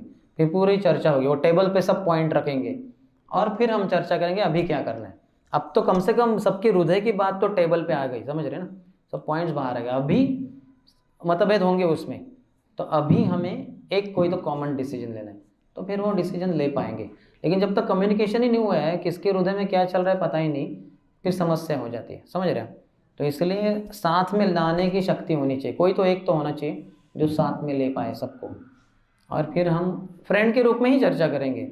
बताइए क्या आपका कहना है, क्यों आप ये इसमें सहयोग देने में तैयार नहीं है, वो सब खुल्लम खुल्ला बात करनी होगी। जब आ गई सब चीज़ें, फिर अभी आसान हो जाता है एक डिसीजन लेने के लिए, तो उसके लिए काफ़ी मैच्योरिटी लगती है और हमारे एक दूसरे से अनबन हो जाता है, थोड़ा सा नोकझोंक थोड़ा सा, और फिर जाने दो उसको, वो जाए उस दिशा में, मैं जाता हूँ इस दिशा में। लेकिन इससे प्रभुपाद की संस्था को गेन नहीं होता ना, लॉस हो जाता है। हम सब अलग अलग दिशा में जाएंगे तो overall Prabhupada movement has loss. तो इसलिए हमें साथ में आना होगा और चर्चा कर दो, सब हृदय से बोल दो क्या है। जैसे मैं तो राधेश्याम प्रभु के सामने सब कुछ बोल देता हूँ कि ये क्या है, वो क्या है, हमारे मंदिर में क्या मैनेजमेंट में गड़बड़ है, मैं डायरेक्टली बोल देता हूँ उनको, लेकिन प्राइवेटली हम दोनों ही सिर्फ जब इधर है, बोलता कि प्रभु जी, यहाँ तक कि राधेश्याम प्रभु जो प्रोजेक्ट में है या कभी इधर मुझे रखा है वगैरह, मैं ओपनली बोल देता हूँ उनको कि ये जो चल रहा है इससे मैं कभी खुश नहीं हूँ, क्योंकि ये ठीक नहीं चल रहा है। तो बोलते तुम ऐसे क्यों बोल रहे हो, बताओ क्या ठीक नहीं। तो मैं बताता हूँ, ये ऐसा है, ये ऐसा है, ये ऐसे नहीं काम करेगा। जैसे एक ब्रह्मचर्य आश्रम छोड़ के जा रहा था, तो राधेश्याम प्रभु को मैंने पूछा कि उसकी सेवा वगैरह एडजस्ट कैसे होगी। एडजस्ट करने के लिए 1 वीक जाएगा, उसको रोक के रखे, बाद में जाए कि तुरंत जाना चाहिए। राधेश्याम प्रभु उसको तुरंत जाने दो वगैरह। लेकिन बाद में कहेगा अरे अच्छा ब्रह्मचर्य था, ये छोड़ के क्यों जा रहा है, इतना अच्छा स्ट्रांग ब्रह्मचर्य था। मैंने बोला प्रभु वो स्ट्रांग नहीं था। क्यों स्ट्रांग नहीं था? क्योंकि हमारा ट्रेनिंग ठीक से नहीं है। तो फिर बोले ट्रेनिंग ठीक से क्यों नहीं है? तो मैंने बताया ये है, वो है, ये सब चीज़ें। तो मैं उनके साथ खुल्लम खुल्ला बात करता हूँ। ऐसे नहीं कि आप प्रेसिडेंट हैं, आपके इसमें मैं कैसे क्या, अगर मैं बताऊँ कि ये ठीक नहीं है तो ठीक नहीं लगता। नहीं, मैं पब्लिक में नहीं बताऊँगा, वो प्राइवेटली बोलता हूँ मैं कि ये ठीक नहीं। और ऐसा नहीं कि वो गलत प्रशिक्षण दे रहे, उनको पता ही नहीं, जिन्होंने उनको अपॉइंट किया है वो क्या कर रहा है। उनको लगा अच्छे भक्तों को रखा है, प्रशिक्षण देगा, सबको अच्छा ट्रेनिंग देगा, लेकिन उधर कुछ तो गड़बड़ चल रही है, उनको पता ही नहीं हो। तो मैं बोल देता हूँ कि ऐसे नहीं होना चाहिए, वैसे होना चाहिए, समझ रहे ना। तो इसके कारण अच्छा होता है। तो मैं देखता हूँ फिर राधेश्याम प्रभु कुछ ऐसा कुछ है तो बोलते हैं कि वो सुंदर श्याम दास को पूछो, क्योंकि उनको पता है ये आदमी एकदम बोल देगा, ये सब कुछ छुपा के नहीं रखता। तो स्ट्रेट फॉरवर्ड होना चाहिए। हमारे रिलेशनशिप्स बहुत महत्वपूर्ण है। नहीं करेंगे हम, कुछ छुपा के रखेंगे, कैसे बोलो वगैरह, समझ रहे ना, फिर समस्या हो जाती है। फिर वो ऐसे ही विचार आएंगे, जाने दो जिस दिशा में जाए, मैं अपना ही चैंटिंग वगैरह करता बैठा हूँ। वैसे नहीं करना होगा। जैसे हाल ही में जब लीलामृत पढ़ रहे थे, हम लंच ले रहे थे, तो वहाँ प्रभुपाद जो इलाहाबाद में 1971 में अर्ध कुंभ मेला अटेंड किए, उसके बाद देखा कि प्रसादम की व्यवस्था ठीक नहीं है। तो जैसे ही प्रभुपाद इलाहाबाद छोड़ के चले गए अपने टूर में, तो वहाँ से लेटर लेगा सभी प्रेसिडेंट्स को इस्कॉन के कि यहाँ प्रसाद की अच्छे से व्यवस्था नहीं हुई, इतने सारे पिलग्रिम्स आए थे। तो मैं चाहता हूँ कि इस्कॉन के सभी मंदिरों में फ्री प्रसाद बांटा जाए, बेझिझक, उसमें कुछ ये नहीं।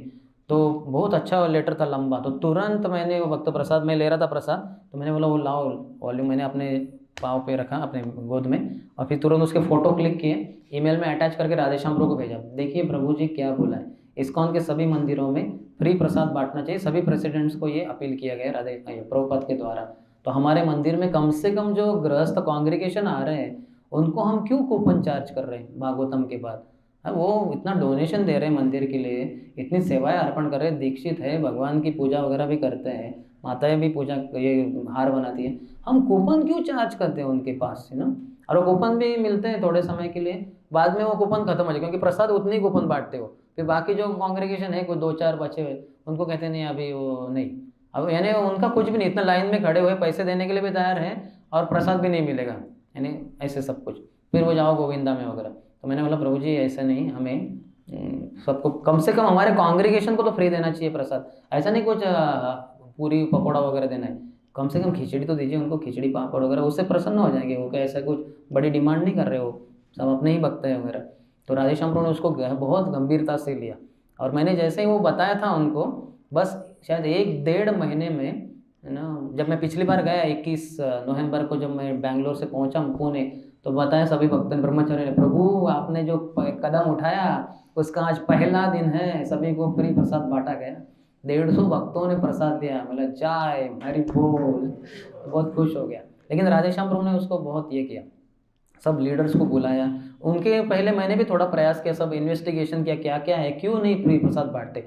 तो इतने झमेले थे उसमें, इतना ईगो टसल था, कोई बोलता ये मेरा डिपार्टमेंट है, वो कैसे घुस के वो डोनेशन लाएगा, फिर उसका नाम होगा, मैं तो दब जाऊंगा नीचे, ऐसे बहुत सारी समस्या थे। तो मैं तो दंग रह गया, इसको सुलझाना बहुत मुश्किल है। लेकिन मैं अपने प्रीचिंग टूर के लिए 22 दिन के लिए बाहर चला गया, बैंगलोर, कानपुर इत्यादि। जब वापस आया, सभी भक्तों ने बताया कि राधेश्याम प्रभु ने सभी लीडर्स को बुलाया, बोले नहीं हमें सबको फ्री प्रसाद देना है, पैसे की चिंता मत करो, पैसा आ जाएगा डोनेशन वगैरह। तो उन्होंने कर दिया सबके टाइट स्क्रू, और शुरू हो गया। बोले आज पहला ही दिन है, तो आप पहले दिन ही आए हैं, बोला जाए, वेरी गुड। तो देखिए ऐसे होता है, कम्युनिकेशन बहुत महत्वपूर्ण है कि नहीं। तो कम्युनिकेशन कर दिया, एक तो होना चाहिए कम से कम। मैंने ऐसे नहीं किया कि अभी राधेश्याम प्रभु को कैसे बोलूँ, वो प्रेसिडेंट है, वो क्या बोलेंगे, अरे तुम क्या नीचे बैठ के तुम अपना प्रचार करते रहते, घूमते फिरते, इधर कितनी सारी समस्या है, तुम्हें क्या पता, ऐसे नहीं। तो बताना चाहिए, ये करेंगे तो फिर हो गया। अभी फलेन परिचय है ना, हो गया, अभी प्रसाद मिल रहे हैं, अभी वो बढ़ता जा रहा है अकाउंट, 250 उधर डोनेशन बॉक्स रखा है, उधर ही बहुत जैसे एक कांग्रेगेशन मेंबर की एक लड़की थी, यानी उनकी लड़की थी, क्या कहते हैं, बेटी थी, होगी 16-17 साल की, तो वो अपने कुछ सहेलियों को लेकर रोज़ प्रसाद देने आ गए। तो वो सहेलियाँ, उनको बहुत अच्छा लगा, सिंपल प्रसाद है, 7 दिन में 7 अलग आइटम। तो उसमें से वो सहेली ने कहा कि देखो वो तो भक्त नहीं है, ये लड़की भक्त है। बोले ये ऐसे हम फ्री प्रसाद ले सकते हैं? हाँ ये फ्री प्रसाद है, चिंता मत करो, ले लो। बोले हमें इतना अच्छा नहीं लगता ऐसे फ्री, कि हम थोड़ा डोनेशन दे दें क्या, 20 रुपये वगैरह? बोले हाँ देना है तो दे दो, वो डोनेशन बॉक्स है। तो लड़कियाँ फिर डोनेशन बॉक्स में डोनेशन दे रही, हालांकि नॉन अर्निंग है, स्टूडेंट है, लेकिन उनको अच्छा नहीं लगता कि कैसे हम फ्री में ले इधर, हालांकि ये लोग तो बांटते जा रहे हैं, लेकिन हमें तो कुछ देना चाहिए। तो वो 20 रुपये वगैरह दे देती है रोज़, है ना, और रोज़ आ रही है वो लड़की। मेरे ऐसे 150 से अभी 250 भक्त हो गए। तो कम्युनिकेशन बहुत महत्वपूर्ण है। अगर मैं बोलता था छोड़ो जाने दो, फिर मन में ही रहता था मेरे कि अरे राधेश्याम ब्रो प्रेसिडेंट है, लेकिन है ना, प्रेसिडेंट के लिए जो संदेश है वो तो हो ही नहीं रहा हमारे मंदिर में, समझ रहे ना। ये ऐसे रखना नहीं चाहिए, अंदर बोल दो उनको खुल्लम खुल्ला, यानी सबके सामने नहीं, प्राइवेटली, तो फिर हो जाएगा वो, समझ रहे ना। आज नहीं तो कल की बात है, उसको इम्प्लीमेंट किया जाएगा, समझ रहे। ठीक है, तो यहीं पे विराम देते हैं, बहुत देर हो गई। शिल प्रभुपाद की जय, समवेत गौर भक्तवृंद की जय, निताय गौर प्रेमानंदे। श्याम प्रभु की जय, प्रभुपाद की जय।